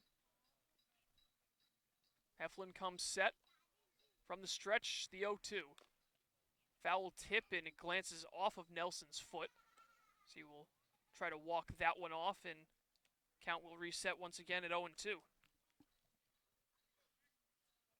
Heflin, of course, had one of the most impressive high school seasons out of anybody on the Harwich Mariners as he hit .439 as a hitter and went 10-1 as a starter with a .43 ERA. And he has certainly shown that he's got great stuff out of the bullpen for the Mariners this season. Looking for one more big strike. Here's the pitch, and that ball is hit pretty well out towards left field. Joey Weimer camped under it, and he will make the catch. So Will Heflin able to get out of the bases loaded 2-out jam, but the Falmouth Commodores add a run, and they tie things up. After 5 innings, it is 2-2 from Falmouth. You're listening to Harwich Mariners Baseball on the Mariners YouTube network.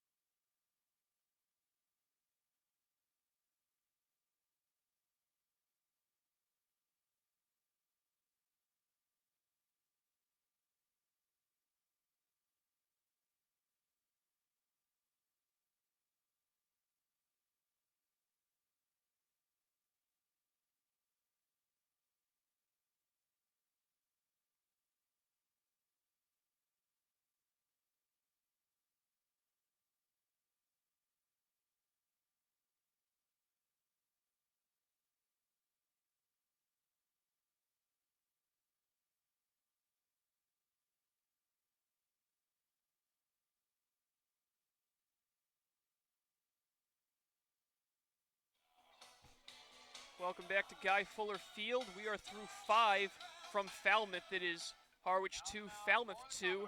We got a pitching change to report, so after a solid start from Carmen Majinski, new pitcher is going to be the left-hander out of Clemson, Sam Weatherly. Yep, Weatherly comes into the game with a 6.75 ERA, actually the third worst on the team, so he's going to try to improve on that. He's coming to 5 1/3 innings pitched, 4 hits given up, and he's given up 6 runs to go along with them, 7 strikeouts to just 3 walks, and has yet to record a save on the year.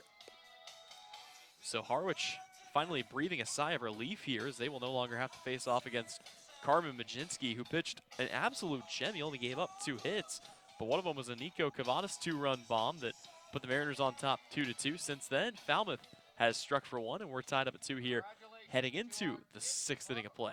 Yeah, phenomenal line for Majinski. 5 innings pitched, 2 runs on 2 hits. Just the 1 walk, and he struck out 10. So, unfortunately for him, he's going to get a no decision in this one, as the Mariners will send the top of the order to the plate to greet Sam Weatherly. Weatherly with a 3.38 ERA for the Clemson Tigers this past year. 46 strikeouts to just 30 walks. He was a draft pick out of high school back in 2017, 27th round of the Toronto Blue Jays. So the Howell, Michigan native looking to pitch a clean sixth and keep things knotted up. He will be greeted by Dylan Noisy, who is 0 for 2 with a couple of strikeouts. It's a whole new ball game for the Harwich Mariners, and they'll get their leadoff man in here with a new pitcher and a tie game. Noisy swings the first pitch and hits a soft roller to second, Cruz charging, and he underhands it to first for a quick out number 1. So Trey Cruz continues to be very involved over there at second base. And now Joey Weimer will come up. And we've said this a couple of times about Joey Weimer. Whenever he doesn't get off to a good start, if he comes out and goes 0 for his first 2, sometimes even 3 at bats, it seems like he's always able to bounce back in his next one. So we'll see whether or not he can come on here and have a good AB. But very rarely do we see Joey Weimer go 0 for in a game. Weimer grounded out to short in the first, struck out swinging in the fourth. And there's a first pitch ball. Weimer was actually the last batter of an 11 consecutive batters to retire to lead off the game for Majinski. And that pitch misses low. 2-0, the man on deck, Daniel Cabrera, got things started for the Mariners offense with a single in the fourth. Yeah, and he'll have another golden opportunity here if Weimer can find his way on bases. With the good pitching on both sides, it could be a very low-scoring bout going forward as well. That pitch is over to make it 2-1 to Weimer. Weatherly's father also played college baseball over at Central Michigan, as that one misses low to make it 3-1. Had a chance to sit down and talk to Chris Gallen and Joey Weimer before the game today, the two team leaders in stolen bases, and I asked him which one was faster, and Gallen immediately kind of looked over and said, I am, and looked over at Weimer, and he goes, yeah, he is, but not separated by much. It's a big swing and a miss by Weimer to fill the count, 3-2, and a lot of speed up and down this Mariners lineup. You look at Gallen, Joey Weimer as well, and those are just two of the fastest guys. You go further down the lineup, there's some more speed, and there is ball 4 to Joey Weimer, so he reaches base for the first time, and in steps a guy who's got a couple of steals himself on the season in Daniel Cabrera. Yep, and in addition to that, you've got the two Texas Tech guys, and Dylan Noisy and Max Marshock, and I think, again, I don't have any numbers on this, but I think Max Marshock, with the departure of Jacob Hurtubise, is probably the fastest guy on this team now. So a lot of speed 1 through 9 for the Mariners, and Daniel Cabrera will come up here with a runner on base. The potential go-ahead run standing on first, and Joey Weimer. In steps Cabrera to begin the very dangerous part of the Mariners lineup, in the first pitch by Weatherly misses outside. Cabrera, as I mentioned before, the first hit for the Mariners back in the fourth. He came around to score on a home run by Nico Cavadas, who stands in the on-deck circle. Decent lead by Weimer. The 1-0 is skipped in, but a very nice stop by Nelson. Keep the ball in front of him and keep Weimer at first, 2-0. Yeah, Weimer is just the third runner to get on base so far in this game, so we haven't seen a lot of guys picking or attempting a pickoff over at first, but of course with Joey Weimer, always got to be careful as he's looking directly into the sun right now over there on first base, kind of shielding it with his eyes. 2-0 misses low, so Weatherly having trouble controlling his pitches as he falls behind 3-0, and he had 3 walks all season coming into this game through 5 1/3 innings pitched, and he's about to walk his second batter of just this outing. The pitch to Cabrera. Misses up and in for ball 4, so it's a pair of 1-out walks, and in steps Nico Cavadas. Yep, Cavadas had the biggest hit of the day, a 2-run home run back in the 4th inning, and really he's just extending on what he did yesterday. As in Game 2, he had a 3-run home run, reached on a walk, a double, and a triple, so just a hit short of the cycle. And in Game 1, he went 1 for 3 with a base hit as well. He rides an 8-game, now a 9-game hitting streak coming into this game. And obviously a conversation to the mound right now is coming out to have a word with his man, is Matt Nelson, about how to approach Cavadas. In the Commodores dugout, quickly snapping into action, as it looks like a couple of guys are being sent out to warm up. Most notably, Nick Nastrini, the right-hander out of UCLA, starting to get loose down in the bullpen. So Weatherly looking to bounce back after a couple of walks. He will be greeted by the big first baseman out of Notre Dame. First pitch misses inside, just missed clipping his knee for ball one. Yeah, to find the last game where Nico Cavadas did not have a hit, you have to go all the way back to June 26th against YD, where he went 0 for 4 against the Red Sox. Since then, he's had a base hit in every game. The 1-0, and that is low and outside, and Weatherly just can't buy a strike at this point. He hasn't been particularly close on any of these pitches, and we're going to get a mound visit from the manager, and you have to wonder if that might already be it for him. Definitely got to be careful here, and a couple of arms have been warming up in the pen right now. This may be to buy some time for them, but yeah, Weatherly has been all over the place, and I mentioned coming into this game, I mean, he had control issues for sure, a 6.75 ERA, but coming into this game, just 3 walks to 7 strikeouts. He's already walked out 2 guys here. Umpire going to break up the huddle on the pitcher's mound, and let's see if there's going to be a quick change here. I don't believe it is. I think it's just going to be a regular meeting, and so Sam Weatherly is still given the opportunity to get out of this inning, but he's got a 2-0 count with 2 runners already on via a walk. And of course, arguably the most clutch hitter of the year for the Harwich Mariners, and Christian Fedko standing on deck. So the lineup not going to get any easier going forward here, but we'll see what Nico can do with 1 away and 2 runners on base. From the stretch, Weatherly. Deep sigh in the pitch.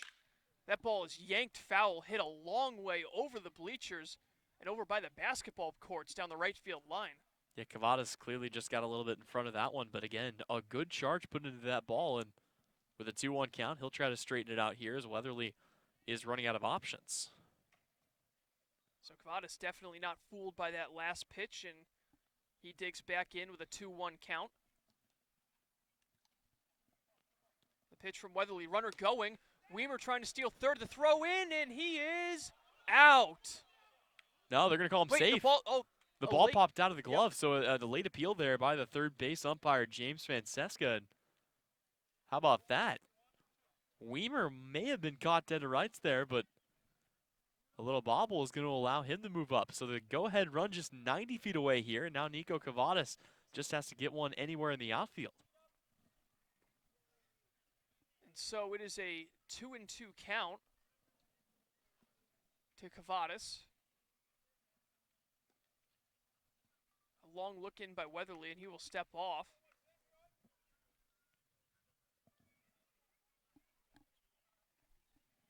Yeah, very interesting that Cabrera stayed put as that steal went on and time is granted. So you wonder if maybe Weimer got that jump himself, no communication from the third baseman telling Cabrera to go. Well, and we've talked to Coach about this before, and he said he likes to let the guys kind of just sit back and play the game, doesn't like to over-manage or over-control things. So Weimer saw an opportunity to go, and he elects to go.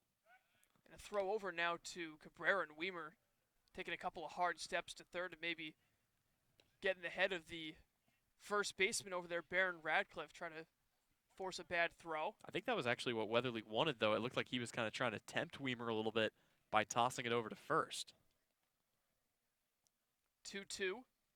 Waved and missed for strike 3, and Cavadas is down on strike. So there's a huge out number 2 as Weatherly gets a big strikeout, and that will bring up Christian Fedko with runners at the corners and 2 away in a 2-2 game. Yeah, about the only thing that doesn't help the team. But now Christian Fedko will come up, and of course we all remember just a few days ago with runners on second and third down to Brewster, actually tied with Brewster 4-4. He was able to deliver a base hit that brought 2 runs in to score and broke a 4-game losing streak for the Harwich Mariners. So here he'll try to do it again. He's been the most clutch hitter on the Harwich roster all season long, and he'll be called upon once again here. Quick throw over on Cabrera. He's back in time standing, and Orleans looking to break that 4-game losing streak with a late run in the top of the 8th to push themselves ahead of YD 2-1. That game over at Red Wilson Field in Yarmouth. Christian Fedko still awaiting, and here's the first pitch. Breaking ball missing high. Fedko with just one at-bat so far as Tyler Keenan took the first at-bat in that spot. Fedko striking out swinging back in the fourth. Weimer at third, Cabrera at first, 2 away. And a fastball is on the outside corner to even the count 1-1. Yep, Fedko fell behind 1-2 in the count against Brewster and then was able to fight back, work himself into a favorable count, found a pitch that he liked and drove it up the left side. And he's not going to try to put one over the fence here. He knows he just has to move his guy up 90 feet and his team is going to find their way back on top. The 1-1, and we're actually going to have another throw over. So Weatherly paying close attention to Daniel Cabrera over at first base. Cabrera, with 3 steals on the season, he's been caught once. So decent speed from the right fielder out of LSU. And a 1-1 count to the UConn Husky at the plate. Pitch from Weatherly. And late on it is Fedko, and it might have actually snapped his bat. Or he might just be a little frustrated by himself, so he falls behind 1-2. Yeah, either way, shaking his head a little bit, but it's a 1-2 count, something he's familiar with being in this season, as he'll try to battle back and find a good pitch here. No doubt Weatherly going to try to keep this next one out of the zone. Be very dangerous to go right at a hitter like Christian Fedko with a 1-2 count and a couple of pitches available to waste. Mariners looking for their 10th victory against Western opponents this year. Runner going, 1-2 is swung on and missed for strike 3, and Fedko goes down swinging for the second time in this one. So despite putting runners to the corners with 1 away, the Mariners are unable to score. We're through 5.5 from Guy Fuller Field. It is Harwich 2, Falmouth 2. You're listening to Mariners Baseball on the Mariners Radio Network.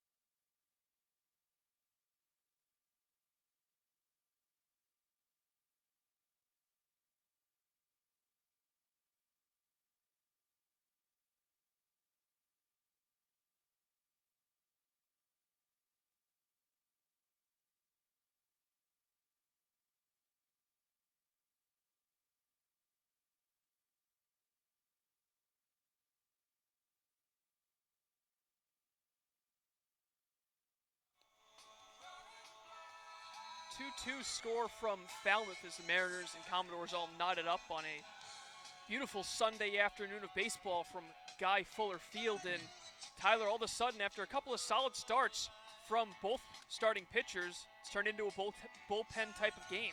Yeah, and it seems like, I mean, again, it was a phenomenal performance out of Carmen Majinski, who only gave up 3 base runners the entire game, but one of those was a 2-run bomb. So Harwich looking to go to one of their better guys out of the pen. It's Will Heflin coming back out here for his second inning. First batter he faces is Austin Langworthy, and he gets a fastball by him to begin the count. And you and I have kind of toyed around with the idea of what if Harwich decided to start Will Heflin with how well he's done and how good he's been at going deep into games, but he's not as comfortable as this one misses low and away starting as he is coming out of the bullpen, and that was apparent at Tennessee. Told this story once before, but in 2017, he was used out of the bullpen, had a 2.93 ERA and 8 strikeouts. His next pitch will also miss low and away, but then the following season, they decided to move him to a starting role where he got 5 starts. He went 4-3, but his ERA shot up to 5.63, so they bring him back out of the bullpen, and his ERA dropped again in 2019 to 2.2 with 35 strikeouts and 14 walks.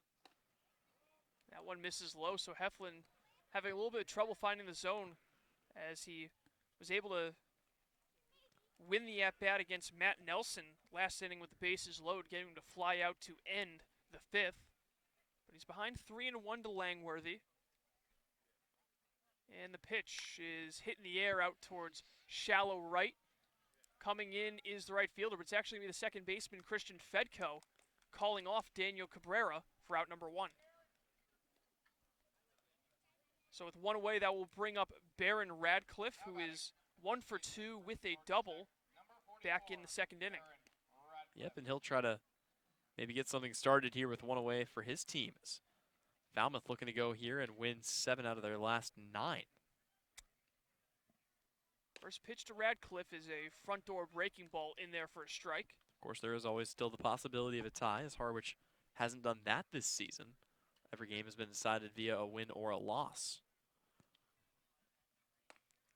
The 0-1 is in at the knees to Radcliffe, and that's a pretty big zone for Baron Radcliffe, who's 6'4", so you can imagine his displeasure, but that ball right at his knees, which is pretty low to the ground for him.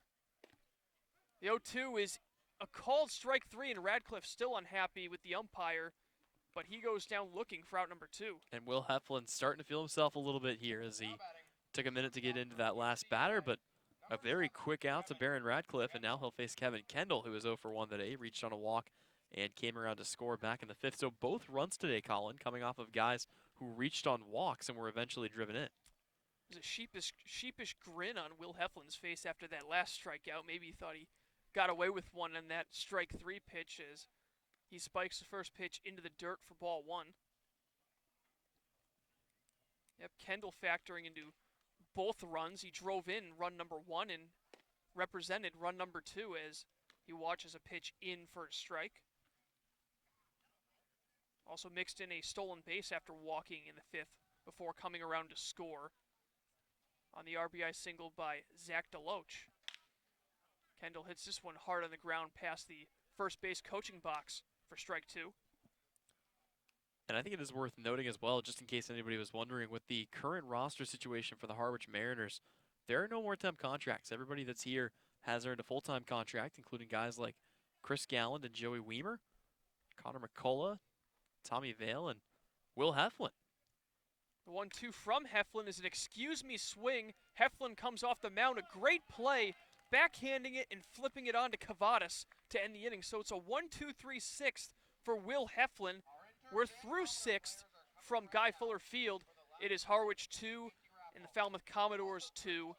You're listening to Harwich Mariners Baseball on the Mariners YouTube Network.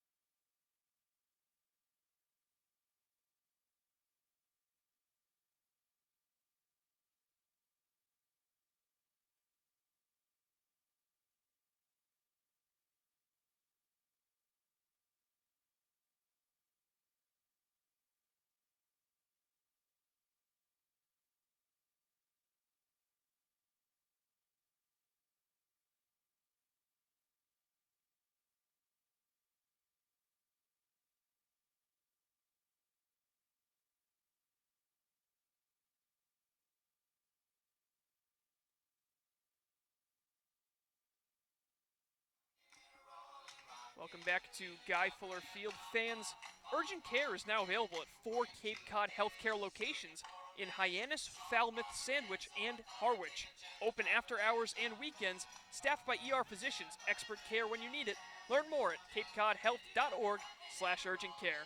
It'll be a new pitcher coming into the bullpen, or coming out of the bullpen, I should say, for the Falmouth Commodores, as they will bring Aiden Maldonado in after a shaky inning out of Sam Weatherly back in the 6th. So let's take a look at Maldonado out of the University of Illinois. A 4.5 ERA for him this season so far. He's only pitched in 6 innings. He's given up as many hits with 6, and he has given up 4 runs, 3 of which were earned, 8 strikeouts to only 2 walks. Opposing hitters are hitting .273 off of him. So definitely a guy that the Mariners can get to as they continue to look for their go-ahead run. The Mariners jumped out to a 2-1 lead, courtesy of a 2-run Nico Cavadas blast, but then allowed Kevin Kendall to come in after he was walked in the 5th inning, and the score sits at 2-2 here as we head to the visitors' half of the 6th. And boy, you go back to that 6th inning for the Mariners, and it was a roller coaster for Sam Weatherly as he got the first out via ground ball and then walked to back-to-back batters, make it 1st and 3rd with 1 away, and then he recorded 2 strikeouts. So he goes an inning, picks up 2 walks and 2 strikeouts. So a little bit of everything from Weatherly out of the pen, but lucky for him, he's not in line for the loss at this point. In this game, the Harwich Mariners have 2 runs on 2 hits. The Falmouth Commodores have 2 runs on just 3 hits. So it's been a relatively, I would say, a pitcher's duel, but we've seen a lot of walks on both sides. The Mariners have reached on 3 of them. The Commodores have reached on 5. So it'll be Mike Ludwig, Corey Acton, and Pat Winkle to get things started here for the Mariners in the visitors' 7th. And again, it will be Aiden Maldonado facing off against them for a first time today. Maldonado, another righty here out of the bullpen for the Falmouth Commodores. And we'll see what he has in store. First pitch is going to be a fastball that misses outside. So he starts Mike Ludwig off with the ball here. Maldonado drafted back in 2018 out of high school. 38th round pick by the Milwaukee Brewers.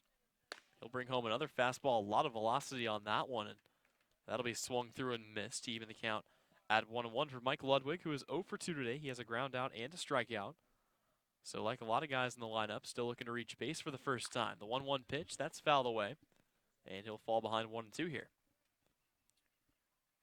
Yeah, I can see why he's behind on that pitch. Maldonado really bringing the heat out of the bullpen. Reached back for a little something extra there, and he found it. So we'll see what Maldonado elects to go with here. It's a 1-2 count, the pitch, and that one's going to be slapped foul. So Ludwig fights and stays alive for another pitch here. Trying his best to avoid being another strikeout victim of the day, and that seems to be the primary way of getting outs, as Falmouth pitchers combining for 12 of them here in this game. Here comes the 1-2 pitch, check swing, strike 3, and they're going to get another one as they'll appeal down to James Fancesa at third, and he says yes, he did go. So strikeout number 13 on the day for the Mariners, and that will bring up a guy who's already brought 2 of them to the team. It's Corey Acton. Yeah, great at-bat from Maldonado. He really had Mike Ludwig behind on pretty much every pitch he threw, just going with that fastball, and then surprised him with the off-speed to get him for out number 1. So now he'll face Corey Acton, stands in 0 for 2, and he'll rip one to right, but it'll only take about 7 steps in from the right fielder Deloach to make the catch for out number 2. That looked like he was waiting for the fastball, Acton was, but rolled over a little bit, so the contact wasn't all that great, and it was a routine fly ball out in right field by Deloach. So Pat Winkle steps to the plate for a third time today. He's 0 for 1, reached on a walk back in the 5th inning, but it was a quick inning after that for the Mariners as they went down in order. Here comes the first pitch from Maldonado. That'll miss low and away, and the count is 1-0 here to Winkle, and all Harwich needs is 1 run, and they can find themselves back on top here. You get the feeling with Joe Boyle's services not available as he came in to start a few days ago. Maybe a different look later on in this game if it's still close, as the 2-0 pitch will miss outside. Yep, there is certainly a lot of options out of that Harwich pen, especially when it comes to left-handed pitching. Wouldn't be surprised if we maybe saw Tommy Vale or Jared Weatherby at some point in this game. Here comes the 2-0 pitch from Maldonado. That's going to be fouled away, and the count to 2-1 here. Yeah, they could all certainly go to Weatherby, as he has been Mr. 1 inning, it seems like. If you need a scoreless inning, you can throw him in at any point, and he's looked pretty unhittable so far. Only a few guys left here on the Harwich Mariners pitching staff that have yet to give up a run, but still a lot of reliable arms out of that bullpen, as so far they have a team ERA of just 3.87. Maldonado sets from the stretch, the 2-1, swing and a miss, and that will even the count here at 2-2, as Pat Winkle will have to shorten up on the bat a little bit. And you know what, Tyler? I'm seeing a lot of similarities to the offensive output that we saw in the first game between these two teams for Harwich, which was they had a couple of runs, but not on a lot of hits. It seemed like they struggled to put runners on, and they've found themselves in bad counts early. Here's a chopper. That's going to get over the head of Trey Cruz at second, who hops up and can't do anything about it. So with 2 away, the Mariners are going to have a runner on base here. And what did I say earlier? Their best work has been done with 2 outs. Let's see if Hal Hughes can make something happen here.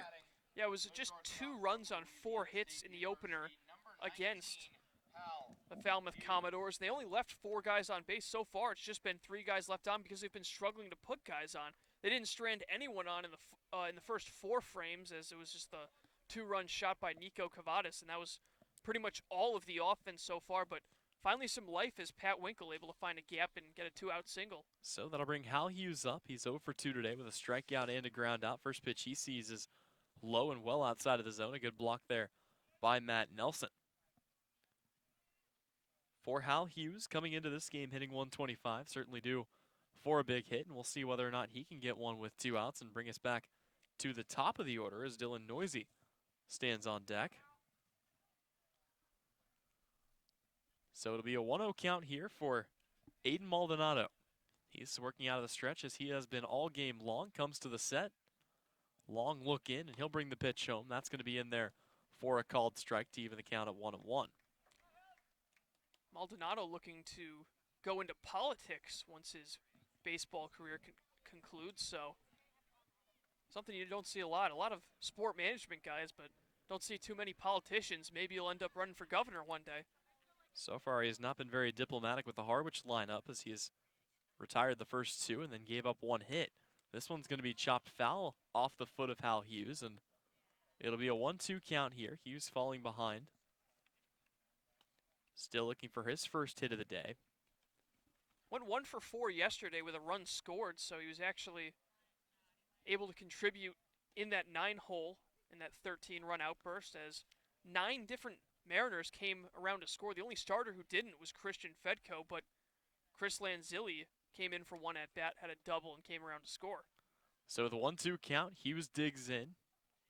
Maldonado sets again, taking a long look. He'll bring the pitch home, and that will miss high to even the count at 2-2. And yeah, yesterday, everybody getting in on the fun. It was a little flare single out to right for Hal Hughes. And then he was able to come around to score, as did seemingly everybody else, in a big-time 13-4 victory over the Wareham Gatemen. And you want to talk about a game that really helps out your run differential. That certainly worked wonders for the Harwich Mariners. Hughes stands in, 2-2 count coming up here. Here comes the pitch, and that's going to be fouled off the bat. A little half-hearted check swing there for Hal Hughes, but he'll stay alive and live to fight another pitch. How about what's going on in Yarmouth as a couple of runs coming in on an infield error, and all of a sudden the YD Red Sox have a 5-2 lead in the bottom of the 8th. The wheels coming off for Orleans, a team that desperately looking to end a 4-game losing streak, but might be stretched to 5 if they can't get the offense going in the top of the 9th. Yep, they went on a 5-game winning streak. Now they're turning around and they find themselves in a 4-game skid. The Harwich Mariners will take them on later this season. Still plenty of games left with Orleans, as it is with the rest of the East. But here it's 2-2. Falmouth Commodores and Harwich Mariners doing battle at Gov Fuller Field here in Falmouth, Massachusetts. And it's a 2-2 count on Hal Hughes. Maldonado comes to the ready, checks the runner, brings the pitch home, and that's going to be swung on for strike 3. Hal Hughes goes down to end the inning, and that will do it for the top of the 7th. So the Mariners get one on, can't bring them across. We go to the home half. Still 2-2 game after this on the Harwich Mariners YouTube network.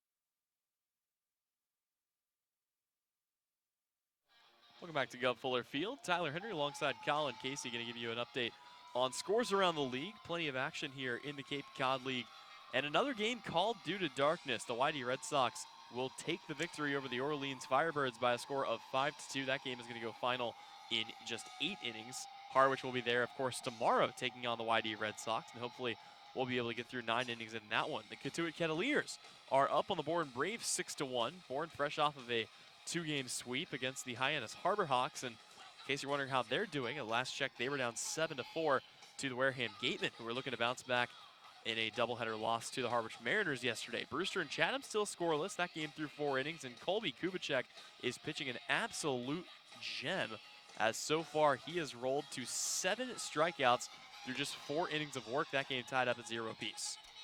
Yeah, it'll be interesting to see who wins that game between Brewster and Chatham, because if the Mariners are able to come away with a victory here in Falmouth, they can surpass Brewster with a loss to the Chatham Anglers. So it'll be 1-2-3 coming up here. Tim Tawa, Blake Dunn, and Zach DeLoach to lead things off for the for the Falmouth Commodores, as Will Heflin comes back out for another inning of work. He came in, and it seems like he's been the man that's been tasked with getting these kinds of outs. He came in with the bases loaded in the 5th inning. The go-ahead run just 90 feet away, but he was able to get Matt Nelson, to fly out, and then a 1-2-3 inning for him in the 6th. It's no surprise he's got an 0.81 ERA coming into this game. I mean, it's just been so hard to solve him, and he looks to go another clean inning in the 7th to keep things tied at 2. So the first pitch he delivers home will be an off-speed that will miss low and inside around the feet of Tim Tawa, who today has reached on a walk. Other than that, 0 for 2. A couple of flyouts coming in the early innings. Heflin from the windup comes home with the pitch. It's a fastball. That's going to be hit hard, but right at short as it'll be picked up, throw across by Hal Hughes, and it's going to be in time for out number 1. Now batting, the center fielder. So that will bring up Blake Dunn, who is 0 for 2 as well. He had a strikeout in the 5th inning, a ground out back in the 3rd, and then was hit by a pitch and stole a base back in the 1st. And, you know, even with a tie, the Mariners could put themselves in a tie for 4th place in the East if Brewster loses and the Mariners end things squared up with the Falmouth Commodores this evening. With a victory, they put themselves just 2 points behind the Orleans Firebirds. As crazy as that sounds to say, the team that was leading the Eastern Division just a few days ago, as the first pitch misses low in the dirt. So Heflin will come back out of the windup here, kicks and fires. And that one's also going to miss down in the dirt. So back-to-back pitches right around home plate level here for Blake Dunn, and he's found himself in a 2-0 count. And with a 44-game schedule, all it takes is one 5-game losing streak to really change the outlook on your season. Big swing and a miss. Pulled the string on him there with a changeup, and it'll be a 2-1 count. Sun's starting to set here at Falmouth, where fortunately there are lights. So we'll play this one until it's over. Of course, Cape Cod games can go 1 extra inning, but 10 is the limit. The 2-1 from Heflin. Fastball, actually not a fastball, something up. Another off-speed pitch, and the count is even at 2-2 as well. Heflin has fought his way back. Yeah, and that's the thing. Anytime Heflin kind of falls behind in a count, he just finds ways magically to just rediscover his ability to control the baseball, and that's what he's doing right here. 2-2 pitch. That's going to be taken up the middle. Coming in, making the catch is Fedko. He'll throw across, and unable to make the scoop is Nico Cavadas at first. So the runner is going to reach, and they will rule that very quickly an infield single, as it was a heck of a play by Fedko, but unable to get the show pick there was Nico Cavadas. Yeah, it was a great fielding play, having to run all the way to his right and backhand by Fedko. Throw came up a little bit short, and Cavadas tried to pick it out of the dirt on the backhand, unable to do so. So there's the go-ahead runner for Falmouth as they enter the heart of the lineup. Yep, that will bring Zach DeLoach to the plate, and he's been seeing the Mariners awfully well. He's reached on all three plate appearances. He will sky this one high in the air. That one coming over here to the fence. Winkle chases it, and he is actually going to lose it on the other side of the protective netting that keeps the ball boys safe. If that wasn't there, probably could have made the catch, but just can't get on the right side of the net. Now you should have, if he had enough time to kind of get camped under it, he should have just taken the whole net and just thrown it aside so he could find some space to get under the ball. But yeah, it would have been a tough play regardless, and we know how tricky pop-ups have been, especially over the last couple of games for Cape Cod teams. So Dunn stands on first. DeLoach stands up at the plate, an 0-1 count for him. A very loud strike one is a good pickoff move over to first by Heflin. Doesn't quite get done. For the first time in what seemed like forever, no errors committed so far by either team, and Mariners with the second best defense coming into this game, 974 fielding percentage. This one's going to be fouled away. Yeah, of course, yesterday we had 4 combined errors, and then in the game 1 of the doubleheader had 2. Bourne picked up an error in that game. 2 for Brewster before that. Harwich keeping it clean. 5 combined errors in game 1 of the home-and-home with Brewster. 5 combined errors with Chatham. An error for Harwich in their second game against Orleans. 1 for each team in the one before that. 5 again against Hyannis. And finally, you go back to YD as this is fouled away. The YD Harwich game, the last time that these two teams, or that both teams didn't have an error, but still 2.5 innings of baseball to be played at least. That was a big reason why that game was so low scoring. We saw great defense from both teams at White House Field. So an error has been committed in every game since Nico Cavadas' hit streak began. The other time we've referenced that game against YD. Heflin comes set. It'll be an 0-2 pitch coming up here on Zach DeLoach. Working out of the stretch, checks the runner to second. He's going to take off, and the hit and run's on as this one is lined right out to right field. The catch is made, and there won't be a throw back as catching it in time was Blake Dunn, and turning around, got on his horse and headed back to first. The catch by Cabrera made out in right, and there are 2 outs in the inning. And Zach DeLoach been seeing the ball really well today.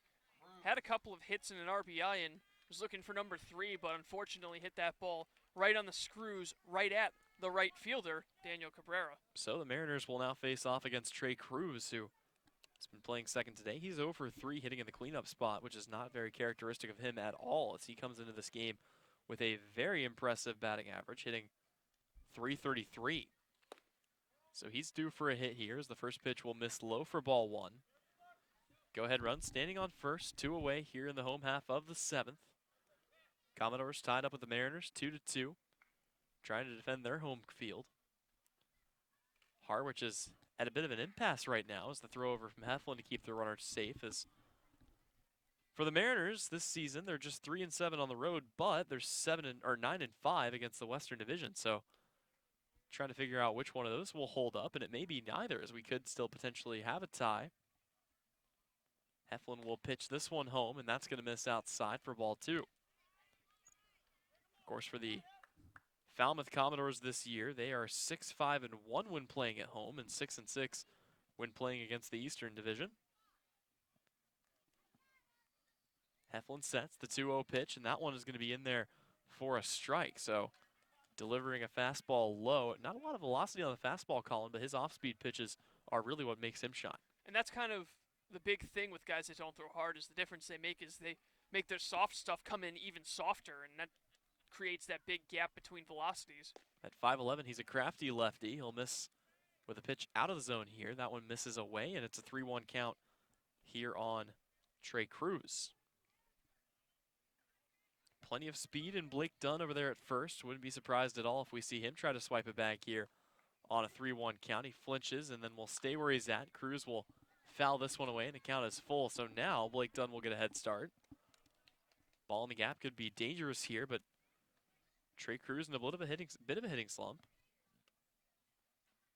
at least here in this game. Cruz with a total of 5 extra base hits this year, including 3 doubles, so he is a guy that can kind of find those gaps when needed. Heflin sets, kicks in, delivers, and this one's going to be popped high in the air. This one straight up into the sky, and that'll fall behind us. So the count stays full here. Another payoff pitch will be coming from Will Heflin. It's about to be a baseball shortage out here on the inner Cape with so many foul balls going over our heads into the tree line. I was going to say, it's not like a traditional park where you can just pick it up and bring it back. It's may need to send a squad of trained professionals out there. Heflin from the stretch, 2 away, the payoff pitch. Runner takes off, swing and a miss, strike 3. Trey Cruz is down on strikes. He's 0 for 4 today, and once again, Will Heflin is able to get out of an inning. The Mariners come up to bat. When we come back, it'll be the 8th inning. After this, you're watching Harwich Baseball here on the Mariners Radio Network.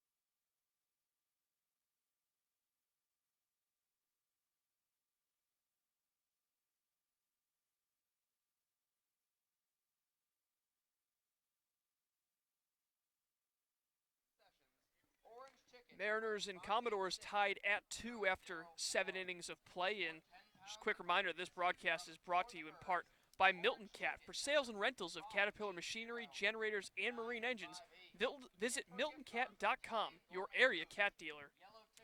So the Harwich Mariners come up, still looking for the decisive run here. It's tied up at 2-2 as we go to the 8th inning. And really quickly for the Harwich Mariners, they have just 2 runs on 3 hits. Again, 2 runs on 4 hits for the Falmouth Commodores. But Colin, they have stranded 7 runners on base, actually 8 runners on base so far in this game. And they've had plenty of opportunities, but time after time, Harwich pitching has been able to get out of it. Yeah, they certainly have. Will Heflin, first one to come to mind, who came in to end the threat in the 5th inning. Probably the biggest threat so far, where the Commodores actually sent 7 guys to the plate, but they were only able to bring home 1 run, and that's kind of been the difference so far. Falmouth was given their opportunity.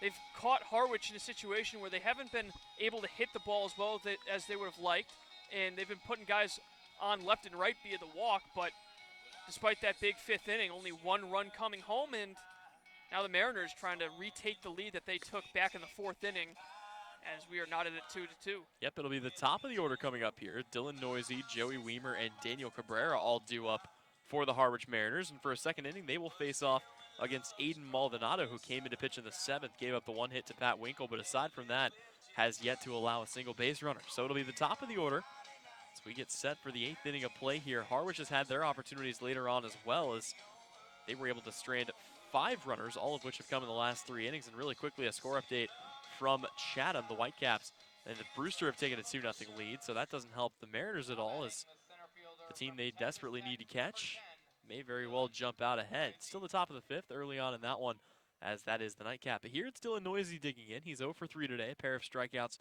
and a ground out, looking to improve on that here in his 4th AB of the day. Maldonado working out of the stretch, comes to the ready and brings the pitch home, and that's going to be in there for strike 1, as a little late tailing action on the fastball catches Dylan Noisy off guard. Yep, we're seeing Noisy getting some action after Max Marshak started game 1 of the doubleheader, and Noisy had a pretty solid game 2, so he earns the start for this game against Falmouth. 0-1 pitch, same spot, same result, and Noisy's fallen behind here 0-2.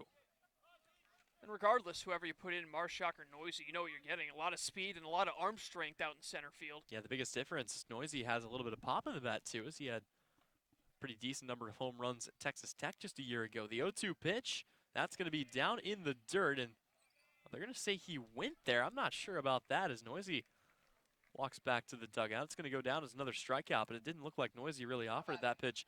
Certainly not as much as the home plate umpire thought. Yeah, I thought there would have at least been an appeal over to first. They've got the best view in the house for a check swing like that, but home plate umpire quickly rings him up the plate, and that's now back-to-back strikeouts dating back to the 7th inning for Falmouth pitching. It's also now 15 strikeouts on the day for Falmouth pitching, so Harwich has been having trouble left and right, but now Joey Weimer comes up. He was able to reach on a walk back in the 6th. Aside from that, a couple of actually a strikeout and a ground out for him, and he'll watch the first pitch miss low in the dirt for ball 1. Yeah, back in the 6th, he was on 3rd with 1 away, and then back-to-back punch-outs by Sam Weatherly to fight back after a rough start to that 6th inning. Here he is going to put one a mile high. This one falling fast on the outfield grass, and coming out right behind second base to make the catch is the shortstop Kendall for out number 2. So now Daniel Cabrera, who's been the most efficient hitter so far, either him or Pat Winkle, reaching base twice in 3 plate appearances, single and a walk. He came around to score on that single from that home run by Nico Cavadas. I don't think this is going to come as a surprise to you. We have an update on who was able to bring the 2 runs across for the Brewster Whitecaps. It was a Tyler Hardman 2-run home run. That sounds familiar, doesn't it? Yeah, he's just been an absolute force in terms of power this season for the Whitecaps. His 5th home run of the year. Pitch number 1 is going to be in the zone for strike 1 to Daniel Cabrera. 2 away here for the Mariners in the visitors' half of the 8th inning. It's still a 2-2 score between them and the Falmouth Commodores here at Gov Fuller Field. Want to say thank you once again for spending your 4th of July weekend with us. The 2-2, actually the 0-1, that's going to be swung on and missed. Little off-speed pitch there, and falling behind here 0-2 is Daniel Cabrera.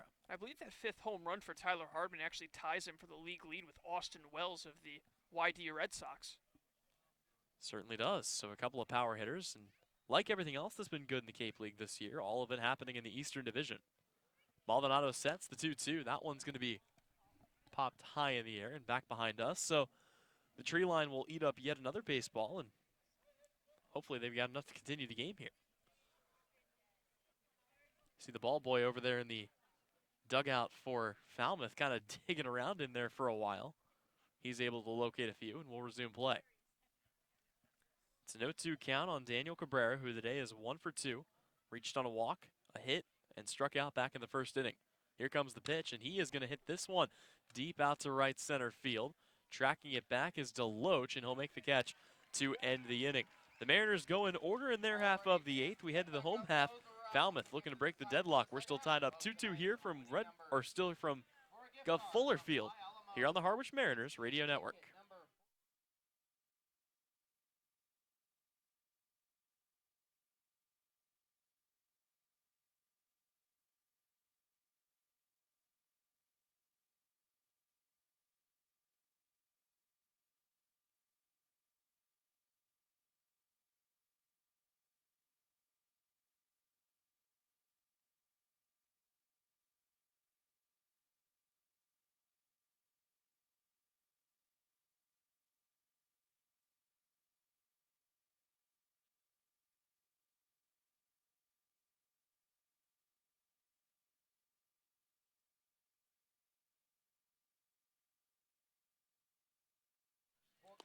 Back here at Gov Fuller Field, and it seems like, Colin, today is the day to just give up one hit and have the best pitching performance of your entire life get ruined by a solo shot, or by a one home run, as Colby Kubicek out there in Chatham.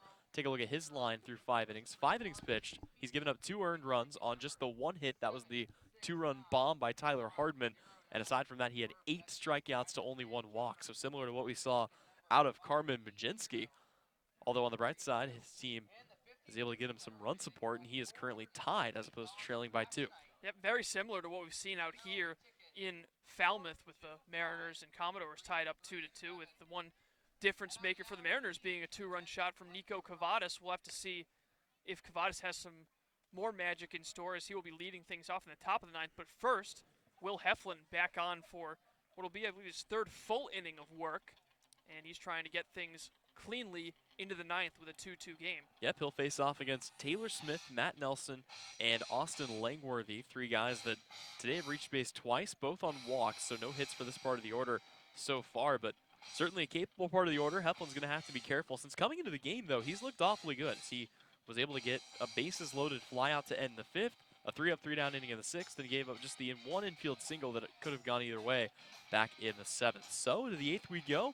The home half of the 8th, that is Taylor Smith will dig in to take his hacks here, and this may be the part of the game where we potentially see some pinch runners or pinch hitters being used. The umpires are currently out there having a discussion with, I can't confirm that that's a spectator. It could very well be a league official, but somebody out there in plain clothes is having a long discussion with the third base umpire as James Van Sessa walks out with him. The 2 of them are going all the way out near the foul pole, and Yeah, it I'm looks not like they're sure. almost leaving the ballpark. Yeah, I don't know if that person is being escorted out, or again, I have no idea what's going on. As now home plate umpire Jeff Merzell comes over. He's going to have a word with Coach Steve Englert. So, yeah, it looks like whoever that is going to be walked out by one of the umpires, and that is strange. I don't think I've seen that at any point this year. And it looks like, Colin, we're going to go ahead and resume play here with just 2 umpires. Yeah, I see training staff as well jogging alongside the umpire and the spectator over there. So not exactly sure what's going on, but hopefully everything turns out okay. So Taylor Smith digs in, just 2 umpires on hand here. It'll be Dan Henry still over at first, Jeff Merzell behind home plate. Will Heflin's first pitch, that one's going to miss low for ball 1, a fastball that's just below the knees.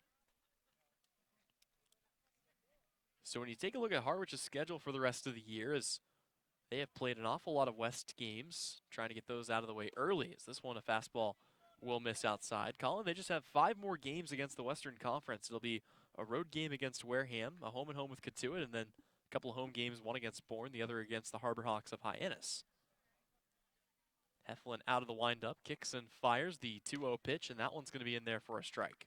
And they're a lot luckier than Falmouth is, as a lot of their games being rescheduled were east-west games, so the western part of the Cape getting hammered with rain, the east staying relatively dry, especially as of late. Heflin ready with the 2-1 pitch. That one's going to be in there for a strike, as swinging through that was Taylor Smith. And then, of course, it's going to be 2 home games against Chatham, YD, and Orleans, 2 road games against Chatham and Orleans, 3 with YD left to go, and then a home game and a couple of road games against Brewster. And that's it, Colin. We're over halfway through the season. Seems like it's gone by awfully quick despite the rain delays.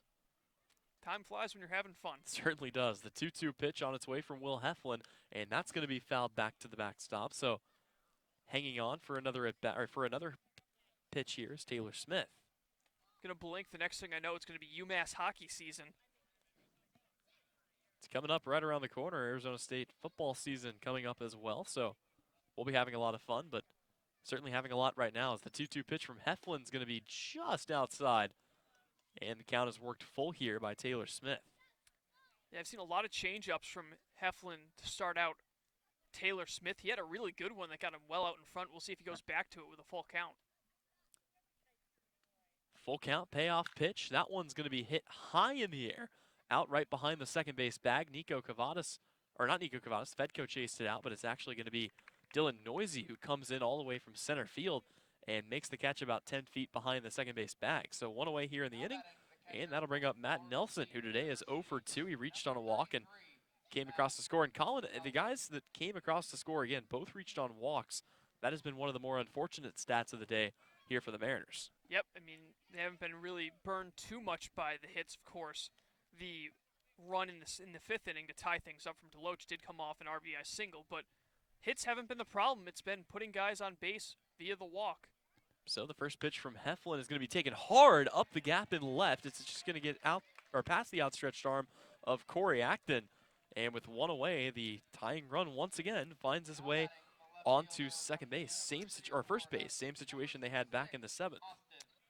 Yeah, that is just the second hit given up so far by Will Heflin, and the runner on, I'm sure he'll look to try to get a double play ball. I mean, he's a guy who does work pretty low in the strike zone, so he can kind of get Langworthy to swing under 1, maybe roll 2, and get this thing to the 9th cleanly. Langworthy is 0 for 3 with 3 flyouts today, and he will pop this one a mile high. Winkle trying to locate it, and it's going to be over the backstop and over the press box for strike 1.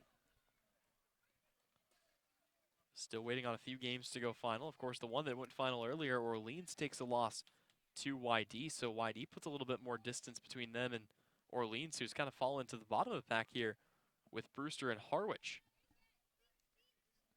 Other games going on right now, plenty of them. But for now, the Will Heflin will deliver the 0-1. That one's going to be hit high again. Fedko will chase this onto the outfield grass, and it's actually going to be Cabrera calling him off. He'll come in and make the catch right on the infield grass for out number 2. Yeah, that's a great play by Daniel Cabrera. I mean, Fedko was the one backpedaling further and further into the right field grass, and Daniel Cabrera finally decided that I'm going to come in, take charge, and catch this ball, and we have a pinch hitter to report for the Falmouth Commodores. Yep, it's going to be number 31 coming into the game here. It's Stephen Ferretto. So they'll look to go with a little something different here. Yeah, Moretto, I believe, actually started game 1 between these two teams way back on June 10th. I'll have to double check that, but this is a guy who has had some experience against the Mariners this season. So we'll see what he can do as he replaces Baron Radcliffe, who had a double to lead things off, but had back-to-back strikeouts in his last few at-bats, and he will watch the first pitch miss low. So let's take a look at what Stephen Moretto has been able to do so far this season. Out of Sacramento State, he's hitting just 196 through 46 at-bats. He has 9 hits, 6 RBIs, as he'll watch a fastball in there for a strike, 4 walks to 14 strikeouts. So an interesting move here to go to Stephen Moretto, but clearly a matchup that Coach Jeff Trundy likes. And Moretto actually played in that doubleheader against Harwich. It was an experience that he's had. Played in both games. Heflin's 1-1 will miss low.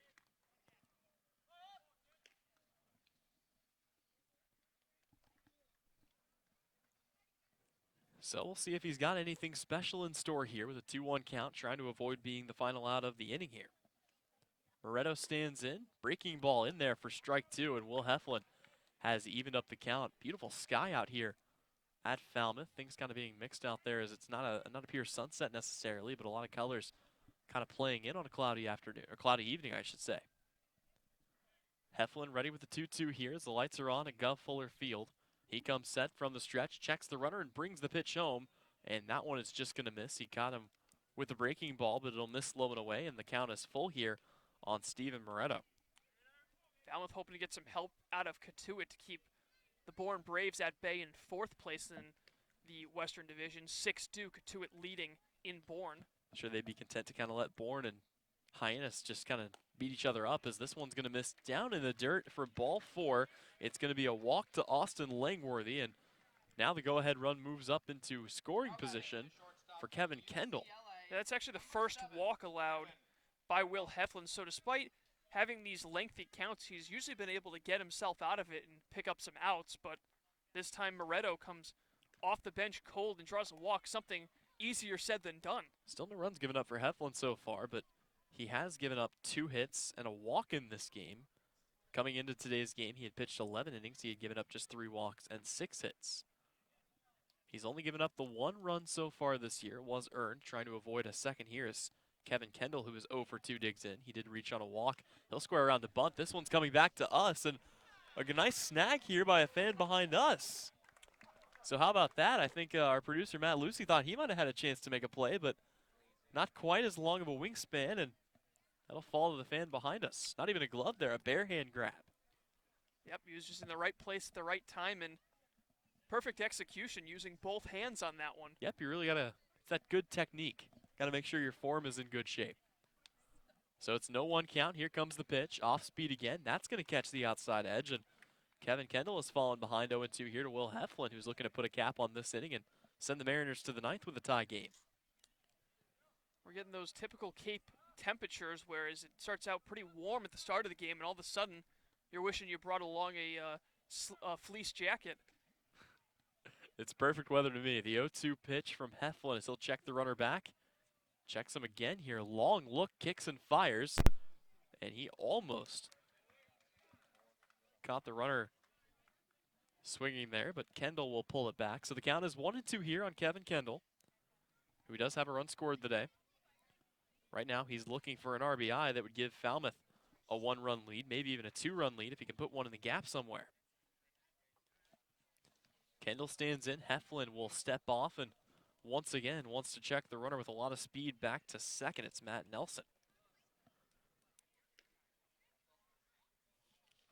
So Kevin Kendall on the season out of UCLA. He'll watch a pitch low and away to even the count at 2-2. Just 1 RBI. Actually, 2 RBIs. So this would be his 3rd if he could find a way to pick it up here.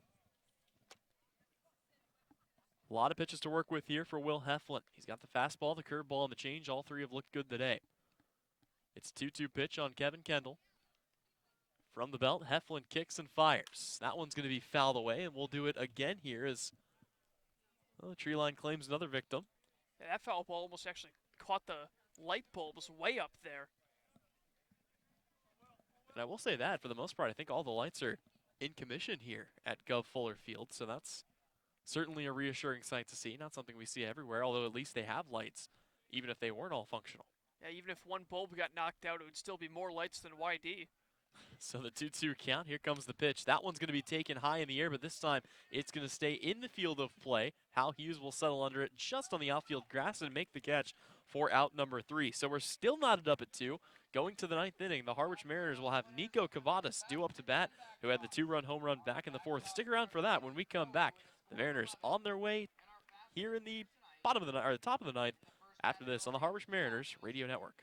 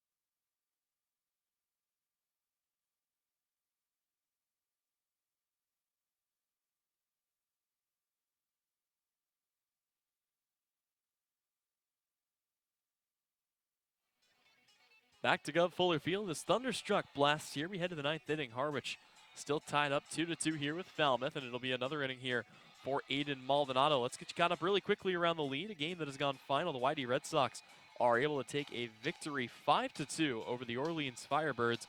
At last check, it up on the Bourne Braves 6-1. Wareham leading Hyannis 7-4, and Brewster up 2-0 on Chatham. Here it is 2-2, and the guy coming up to the plate is Nico Cavadas, who has one of the team's only 3 hits on the day, but boy, was it a big one, as it was a 2-run home run off the otherwise unhittable Carmen Majinski, and that's the reason the Harwich Mariners are currently tied.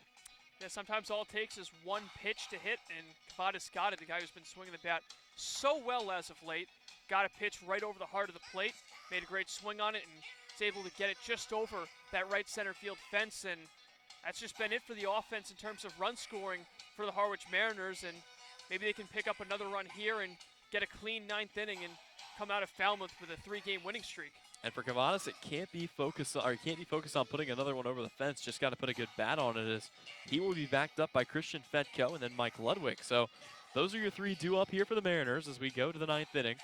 Harwich looking for another run to extend their winning streak. They're currently on a 2-game slide on the upward angle, and it'll be Cavadas digging in here to face Aiden Maldonado, who's looked pretty good so far. He's pitched 2 complete innings, and he has had 3 strikeouts, only giving up the 1 hit. So Cavadas stands in, the big lefty. It'll be a lefty on righty matchup. Advantage favors Nico Cavadas, the big first baseman out of Notre Dame. First pitch he sees is going to be in there for a called strike just inside, and the count is 0-1. Yeah, looking towards the Harwich bullpen, I still don't see any action yet, so as of right now, I think you can assume that Will Heflin will head out for the 9th inning. Here comes the 0-1 from Maldonado. Fastball that'll miss down in the dirt. Good pick by Matt Nelson. And the count is even at 1-1 here. Heflin so far through 3 1/3. Just a couple of hits and a walk, so seems like he's really earned it, especially the way he's been able to get these tough Commodore batters out. The 1-1, Cavadas will foul that one back to the screen, and the count is 1-2 here. And yeah, both teams kind of throwing their long relievers, if you will, in this game. Will Heflin for the Mariners and Aiden Maldonado out there for the Falmouth Commodores. So a 1-2 count here on Cavadas. We've already seen a lot of velocity on the fastball for Maldonado. We'll see whether he comes with an off-speed pitch or tries to challenge Cavadas with a high fastball, though that's a dangerous proposition in and of itself. He comes set, the 1-2 pitch. That one's going to be taken by Cavadas, but right at Trey Cruz for out number 1.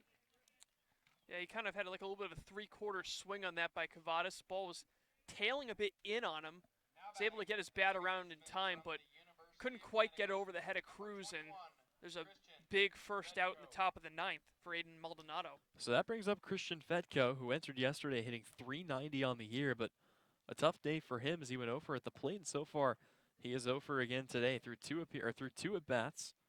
He has a pair of strikeouts.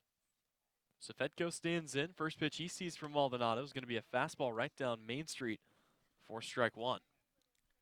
Still believe it's 4 hitters available off the bench for the Mariners at this point if they want to think about bringing any of those in this inning or potentially a 10th inning if we get there. Yep, you got Mike Rothenberg, Max Marshak, Chris Lanzilli, and Chris Gallant. This one's fouled away by Fetko, and more than likely, as Fetko goes down 0-2 here, you're going to see Marshak used, if anything, as a pinch runner.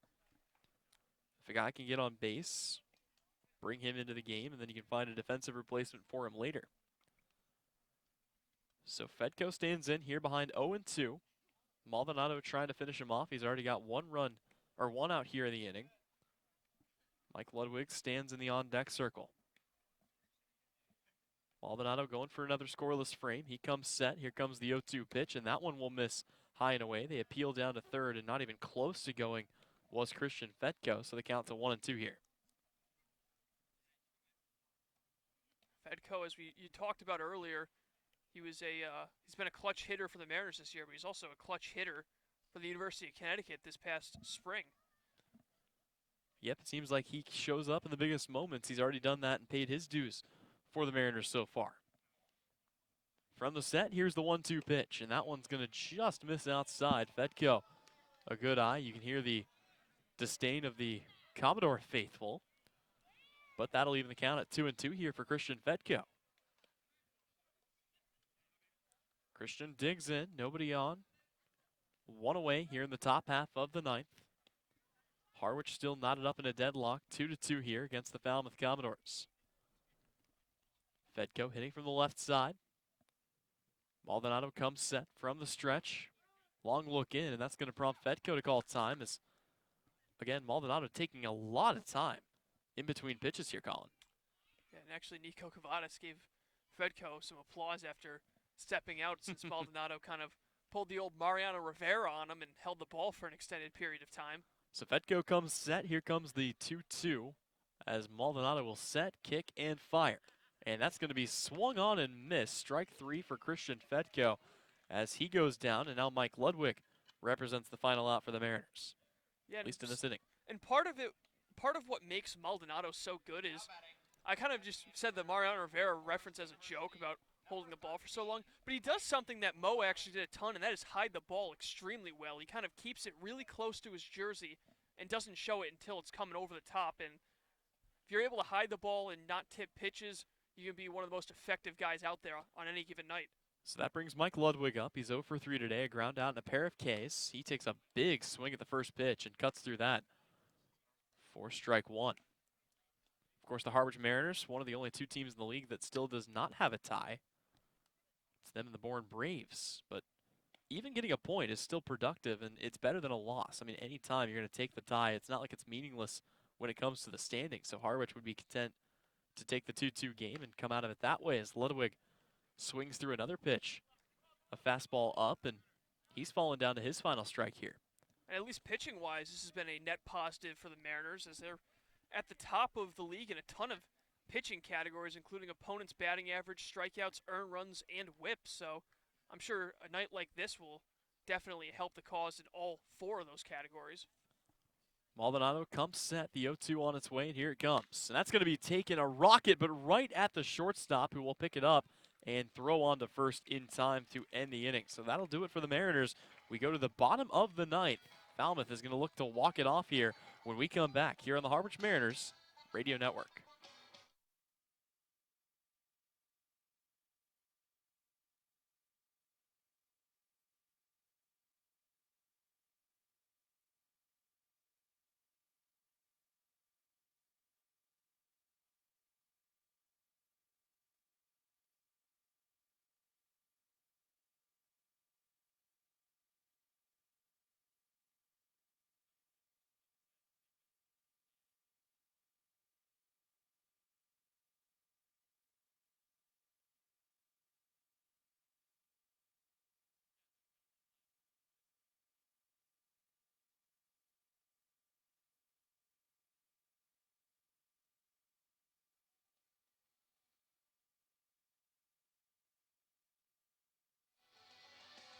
So we go to the bottom of the ninth inning here at Gov Fuller Field. Tyler Henry, Colin Casey coming back out for another inning here is Will Heflin, who has already shown his ability to go deeper into the games. Although Colin, and again, this is a very minor thing, but he got 4 consecutive outs to start his outing to go through a 1 1/3 inning, and then coming into the 7th, he gave up 1 hit. He gave up 2 hits in the 8th, actually a hit and a walk. So progressively, he's put more and more runners on base. We'll see if he can focus up here as he is going to have to face the top of the order here in Tim Tawa, Blake Dunn, and Zach DeLoach. But although putting all those runners on base, it really hasn't made a difference no matter who the Mariners have thrown out there. I mean, Falmouth's left 10 guys on base through 8 innings. If you're going to want to win games, you got to be able to hit with guys in scoring position. That's something that Harwich really struggled with in the start of the year. They've looked a lot better now, but that's going to be the difference in this one. Who can hit with runners in scoring position better? And now Falmouth with a chance to walk things off in the bottom of the 9th. So it's Tim Tawa standing in from the left side, and he will try to start things off for the Commodores. They only need 1 run for a win here. If they can't come up with one, we'll go to a 10th inning, and if we can't settle it there, well, this game will go down as a recorded tie, the first of the year for Harwich, but still a lot of baseball left to play. At least 1/2 inning, if not 1 1/2. Heflin comes from the windup. Here comes the pitch, swing and a miss. And after delivering ball 1 down in the dirt, the count is even at 1-1 here on Tim Tawa. Tawa is 0 for 3 today. He reached on a walk in the 5th inning. Aside from that, 2 flyouts and a ground out. Heflin ready with the 1-1 pitch. Here it is. That's going to be hit off the foot of Tawa, apparently, as Hughes came in and made a good play over to first, but it won't count. And Heflin's ahead of year 1-2. Tawa, a rising sophomore out of Stanford, his teammate Jacob Polish for the Harwich Mariners had quite the game yesterday. A complete game shutout through 7 innings, the first of the year in the entire Cape League. So Tim Tawa trying to get something started with a 1-2 count. He will swing through that one, but just gets a splinter to the bat on it. And the count stays 1-2 here. Tawa also spent the summer last year not too far from here down in Newport, Rhode Island with the Gulls of the NECBL. Had a strong season, .336 batting average, 7 homers, 21 ribbies. Here comes another 1-2 pitch from Heflin. That one is going to go outside, and thinking about it, but holding off is Tim Tawa. So thrown into the leadoff spot today in place of Hayden Cantrell is Tawa, and he's trying to help his team out. A .226 batting average for him coming into this game. On base percentage of .308. Here comes the pitch. That one's going to be swung on, and he got way under that as Hal Hughes will come over all the way to third base and make the play right next to Corey Acton for out number 1. You know, Tyler, I feel like we've seen an unusual amount of pop-ups in this game. A lot of guys swing underneath some pretty good pitches from both teams, and right now it's just been a game of can everyone get under the baseball, which we've seen some teams struggle with over the last couple of games, but so far, so good in the field from both teams. In the last, well, since Will Heflin has come into the game at least, he has only had 1 out that came via ground out. Everything else has been a strikeout or a pop-up, as showing bunt, pulling it back, and taking ball 1 is Blake Dunn. Dunn's had an interesting day. He is 1 for 3, an infield single for him back in the 7th inning, a strikeout, a ground out, and then he was hit by a pitch back in the 1st. Heflin ready with the 1-0 delivery. Here it comes. And it'll be a fastball that just misses on the outer half. Count is 2-0 here.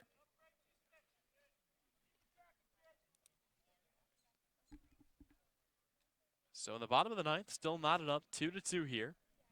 From Gov Fullerfield, the 2-0 pitch is going to be in there for a strike as Will Heflin finds the zone and battles back. 2-1 the count. Gateman grab another run in the bottom of the 5th. They now lead 8-5.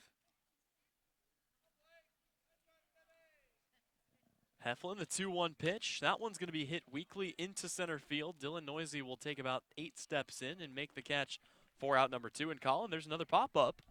So it seems like that's kind of been the way for Will Heflin to get most of his outs here in this game. Yeah, and it seems like Heflin has the same approach to no matter who is at the plate, whether it's the cleanup hitter or just a guy at the bottom of the order. It hasn't really mattered. Heflin, you know, keeping it cool, keeping it composed, just attacking every single hitter. And ever since that walk to the pinch hitter Moretto, it seems like everything's been completely in control.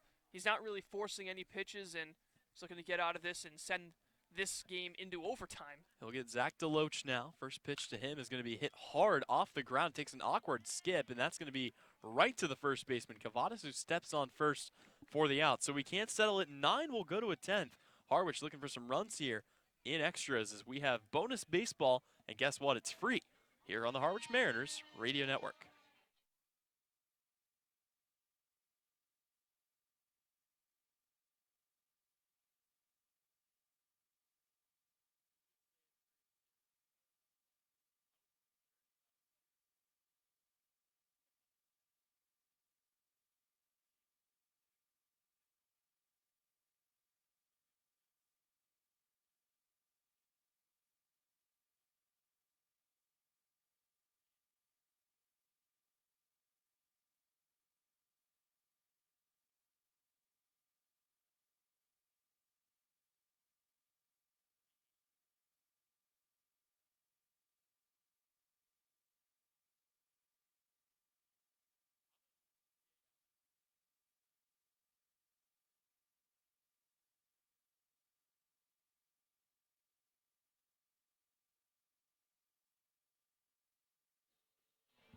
So we go to extras for the first time this year here at Gov Fuller Field. The Harwich Mariners will come up and try to get something done here. Knotted up at 2-2, and it's a new pitcher coming into the game, Colin. It will be Zach Brixey getting his first start, or not start, but getting his first appearance here in this one. Yep, what a time to appear for Brixey, as he's going to have a tough order in front of them to try to keep this game tied as Corey Acton, Pat Winkle, Hal Hughes do up, but I wouldn't be surprised if we saw some pinch hitters, and right on cue, Max Marischak steps into the on-deck circle. So Marischak will get his first at bat here. We'll see what he can do, but let's take a look first very quickly at what Zach Brixey has been able to do this year as he comes into this game with a perfect ERA. He hasn't given up a single run through 4 innings, 4 appearances for him as well. He's struck out 4 compared to just 1 walk, and he has 3 saves on the year. So one of the teams, actually the team's closer, is he has the 3 saves on the year compared to just 1 by 3 other guys. So it'll be the closer coming in to try to maintain or conserve the tie and at least give them an opportunity going into their half of the 10th to maybe walk this one off. But they'll have to do it against a pinch hitter here as Max Marischak will lead things off for the Mariners here in the home or in the visitors half of the 10th inning. And we already know what kind of speed he has, so this goes twofold. He is only hitting 143 on the year, but if he can get on base, he is probably the fastest guy on the Mariners roster right now, and that's the kind of guy you want to have on with nobody out. Looking ahead to what we could see in the home half of this 10th inning, Jared Weatherby out of Elon warming up for the Mariners. And he could turn into a potential closer for the Mariners as well. So it'll be number 25, Max Marischak, coming in here. New pitcher, new hitter. And a big spot coming up for the Mariners here in the 10th inning. Marischak squares to bunt, and he's going to take strike 1. I like the aggressiveness, though, here out of Coach Engler. Just if he could get one down and run it down the line, could have completely caught the infield sleeping, but now the corners will come in. They're playing about on the infield grass. The 0-1 pitch. Marischak's going to watch a fastball in there for strike 2, and immediately we see the velocity here out of Zach Brixey. And looking after Marischak, it's going to be Winkle, and then I think Hal Hughes is probably going to get a chance to bat because there's not a lot of middle infielders left on the bench for Harwich. The 0-2 pitch will miss low and inside. Counts a 1-2 here on Marischak. The other thing you got to think is you really probably want to keep Hal Hughes' glove out there in the field if you're going to try to conserve a tie. Right.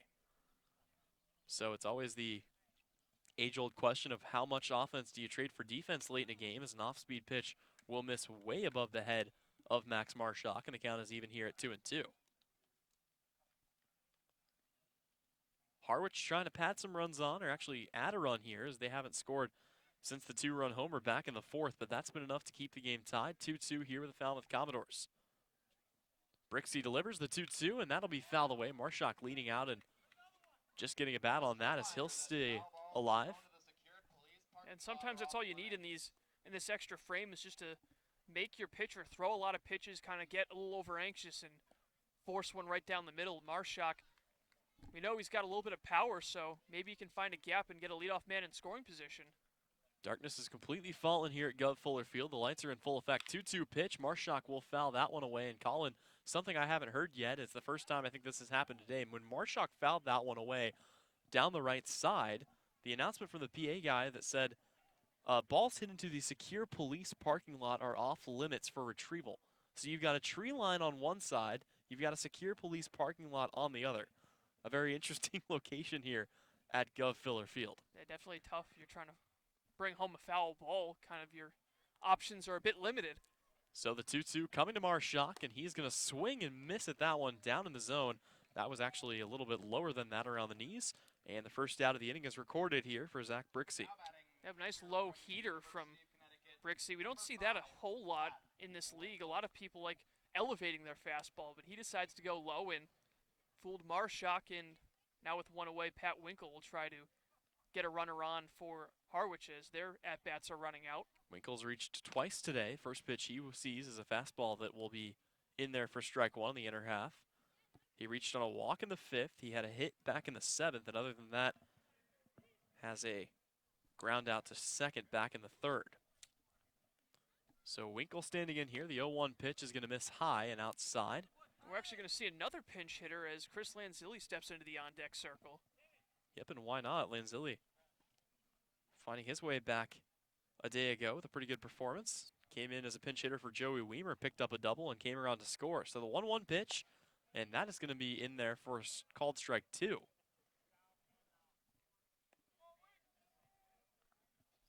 So Pat Winkle falls behind here 1-2 to the closer in Zach Brixey. Winkle got some stitches just a day ago after getting a foul ball off the face.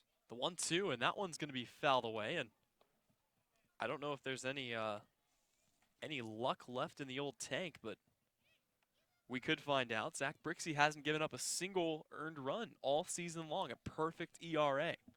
Well, I mean, this isn't the first time that the Mariners have faced a closer with a perfect ERA. You remember Tyler Brocious a couple of days ago. Yep. Mariners were able to get a couple off of him. So he is trying to continue his streak and not give up a single earned run. This one's going to be taken by Pat Winkle out into right field, but that'll stay well in the yard as Zach DeLoach will settle under it, make the catch for out number 2. So it'll be up to Lanzilli to try to get the Mariners on the board. If not, the best they can do in Falmouth is tie.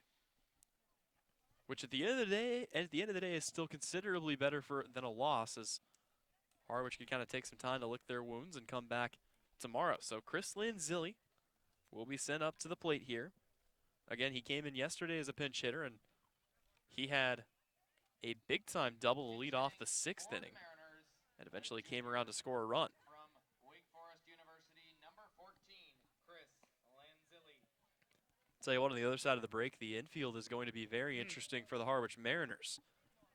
Dylan Noisy might be called upon as an infielder, depending on what shift they want to make. But here's the first pitch to Lanzilli. That will be a fastball that misses high and inside. And you know, you can obviously look at what Lanzilli's done throughout the course of his career, or out the course of his summer campaign here, or you can just look at the fact that in pinch hit appearances, he's 1 for 1. The 1-0 pitch on its way, and that one's going to be in there for a called strike on the inner half. If I had to guess, I think what we'll see next inning is Marshak in center, Noisy into short, and then maybe Cavadas at third with Lanzilli at first. I think that probably makes the most sense. We'll see if that is, in fact, what they go with. Here comes the 1-1 pitch. That one swung on and missed, and Lanzilli is down to his final strike here. Definitely a lot of options for Steve Englert, but, I mean, for now, if Lanzilli can get a 2-strike, 2-out base hit, bring the top of the order, inning certainly not over yet for the Mariners. Chris Lanzilli with a 1-2 count will peer in. Here comes the pitch. And he will hit that one to the right side. It's going to be into the glove, and Lanzilli actually stumbled out of the box. He got hit by a sniper, and he'll run back with that big old grin on his face. So that'll end the inning for the Harwich Mariners. But they'll head back out into the field and try to preserve the tie as the score is 2-2. We head to the home half and the final half of the 10th inning after this. When we come back, you're listening to Harwich Mariners Baseball here on the Mariners Radio Network.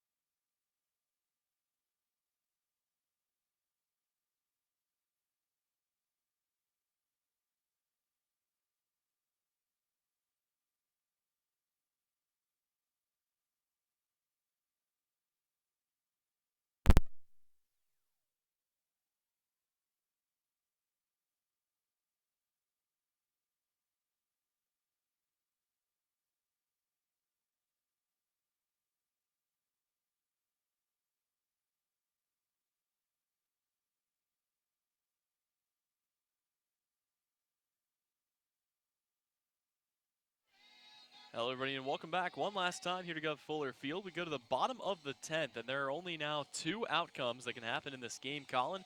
Harwich can either escape with a tie, or Falmouth can come away with a walk-off win here in the 10th inning. This is a great part of the lineup for Falmouth to have, with Trey Cruz leading things off against Jared Weatherby, and then Taylor Smith, Matt Nelson after that. And Smith and Nelson have reached base combined 3 times, so those are 2 guys you definitely want coming to the plate in this situation. Of course, Trey Cruz is your cleanup hitter. This would be a great opportunity for him to kind of break out of this slump. He's 0 for 4 on the night. So Trey Cruz will face off against, as you mentioned, Jared Weatherby coming into the game for the first time today, and he will look to preserve the tie for the Mariners. Of course, they don't have the services of Joe Boyle, as he started one of the 2 games yesterday. So Weatherby's about the next best thing when you look at a guy that comes into short situations, typically comes in and so far 5 appearances, 5 innings pitched, has yet to give up an earned run. He's earned a save and has 8 strikeouts to only 3 walks, has allowed just 2 hits. So he comes in out of the University of Elon, and he'll look to preserve the tie here for the Mariners and give them 1 point, which again is the next best thing. Is if Brewster loses today, which again they're winning 3-0 over the Chatham Anglers right now, but they could potentially be tied down there in the basement, and they could inch their way up towards Orleans. And regardless, it would at least minimize the damage of like instead of losing a game, you lose an entire game on Brewster, you tie, it's only just 1 point, and that can pretty easily be made up in one day's work. So here comes Trey Cruz standing in from the left side. You mentioned 0 for 4 today, a couple of strikeouts, a fly out, and a ground out. The first pitch he sees is going to be taken to the left side, but foul down the third base line. Seems like Cruz has really just struggled to barrel the bat up at any point today. He'll stand back in once again, trying to get things started for the Commodores. He represents the game-winning run, and he'll hit this one up to second. Coming in, picking it up, and throwing on the first is Fedko, and that's going to be good for out number 1. And really quickly, let's get you updated on the defensive adjustments. You see Nico Cavadas over there at third. Colin, you actually nailed it. It's going to be Cavadas at third. Chris Lanzilli will slide over. He comes in and takes first. Dylan Noisy comes in. He takes over at short, and Max Marshak will take over in center field.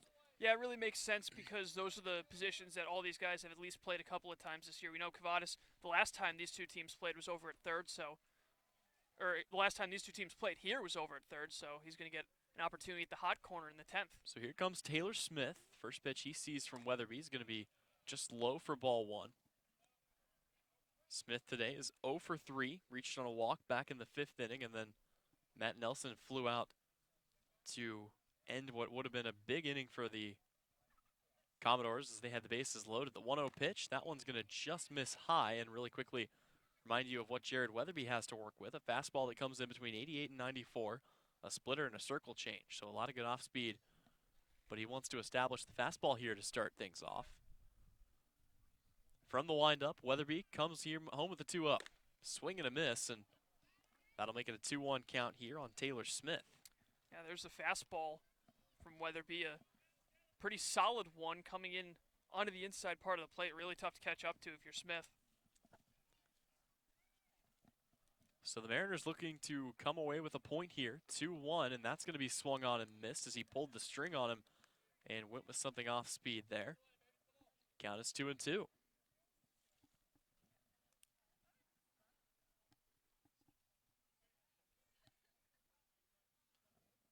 Weatherby still working from the windup. Here comes the 2-2 pitch. And that's just going to miss low, so the count is full here for Trey Cruz. It'll be interesting to see if the Commodores use any pinch hitters. They've used one so far. Steven Moretto came in for Baron Radcliffe. Although they are currently working through the top part, actually the middle part of the order, so certainly could see somebody. This one's going to be hit a ton out into left center field. It is back, it is far, and it is gone. A walk-off home run here in the bottom of the 10th, and Falmouth is going to get it done courtesy of Taylor Smith. Boy, what an absolute swing that was. It is so tough to square up a pitch on the outside part of the plate like that. He's able to get around on it, put a great barrel on it on a great fastball from Weatherby on the payoff pitch. He turns it around and puts it over the left center field fence, and how about Falmouth going home winners on the walk-off and ending the 2-game winning streak for the Harwich Mariners. That is going to be the first walk-off win of the year for the Falmouth Commodores, and the first earned run given up all season long by Jared Weatherby. A gut punch to the Harwich Mariners here on the road, and they will drop this one by a final score of 3-2. We will step away. When we come back, we'll be right here to wrap it up from Gulf Fuller Field. After this, you're listening to the Harwich Mariners Radio Network.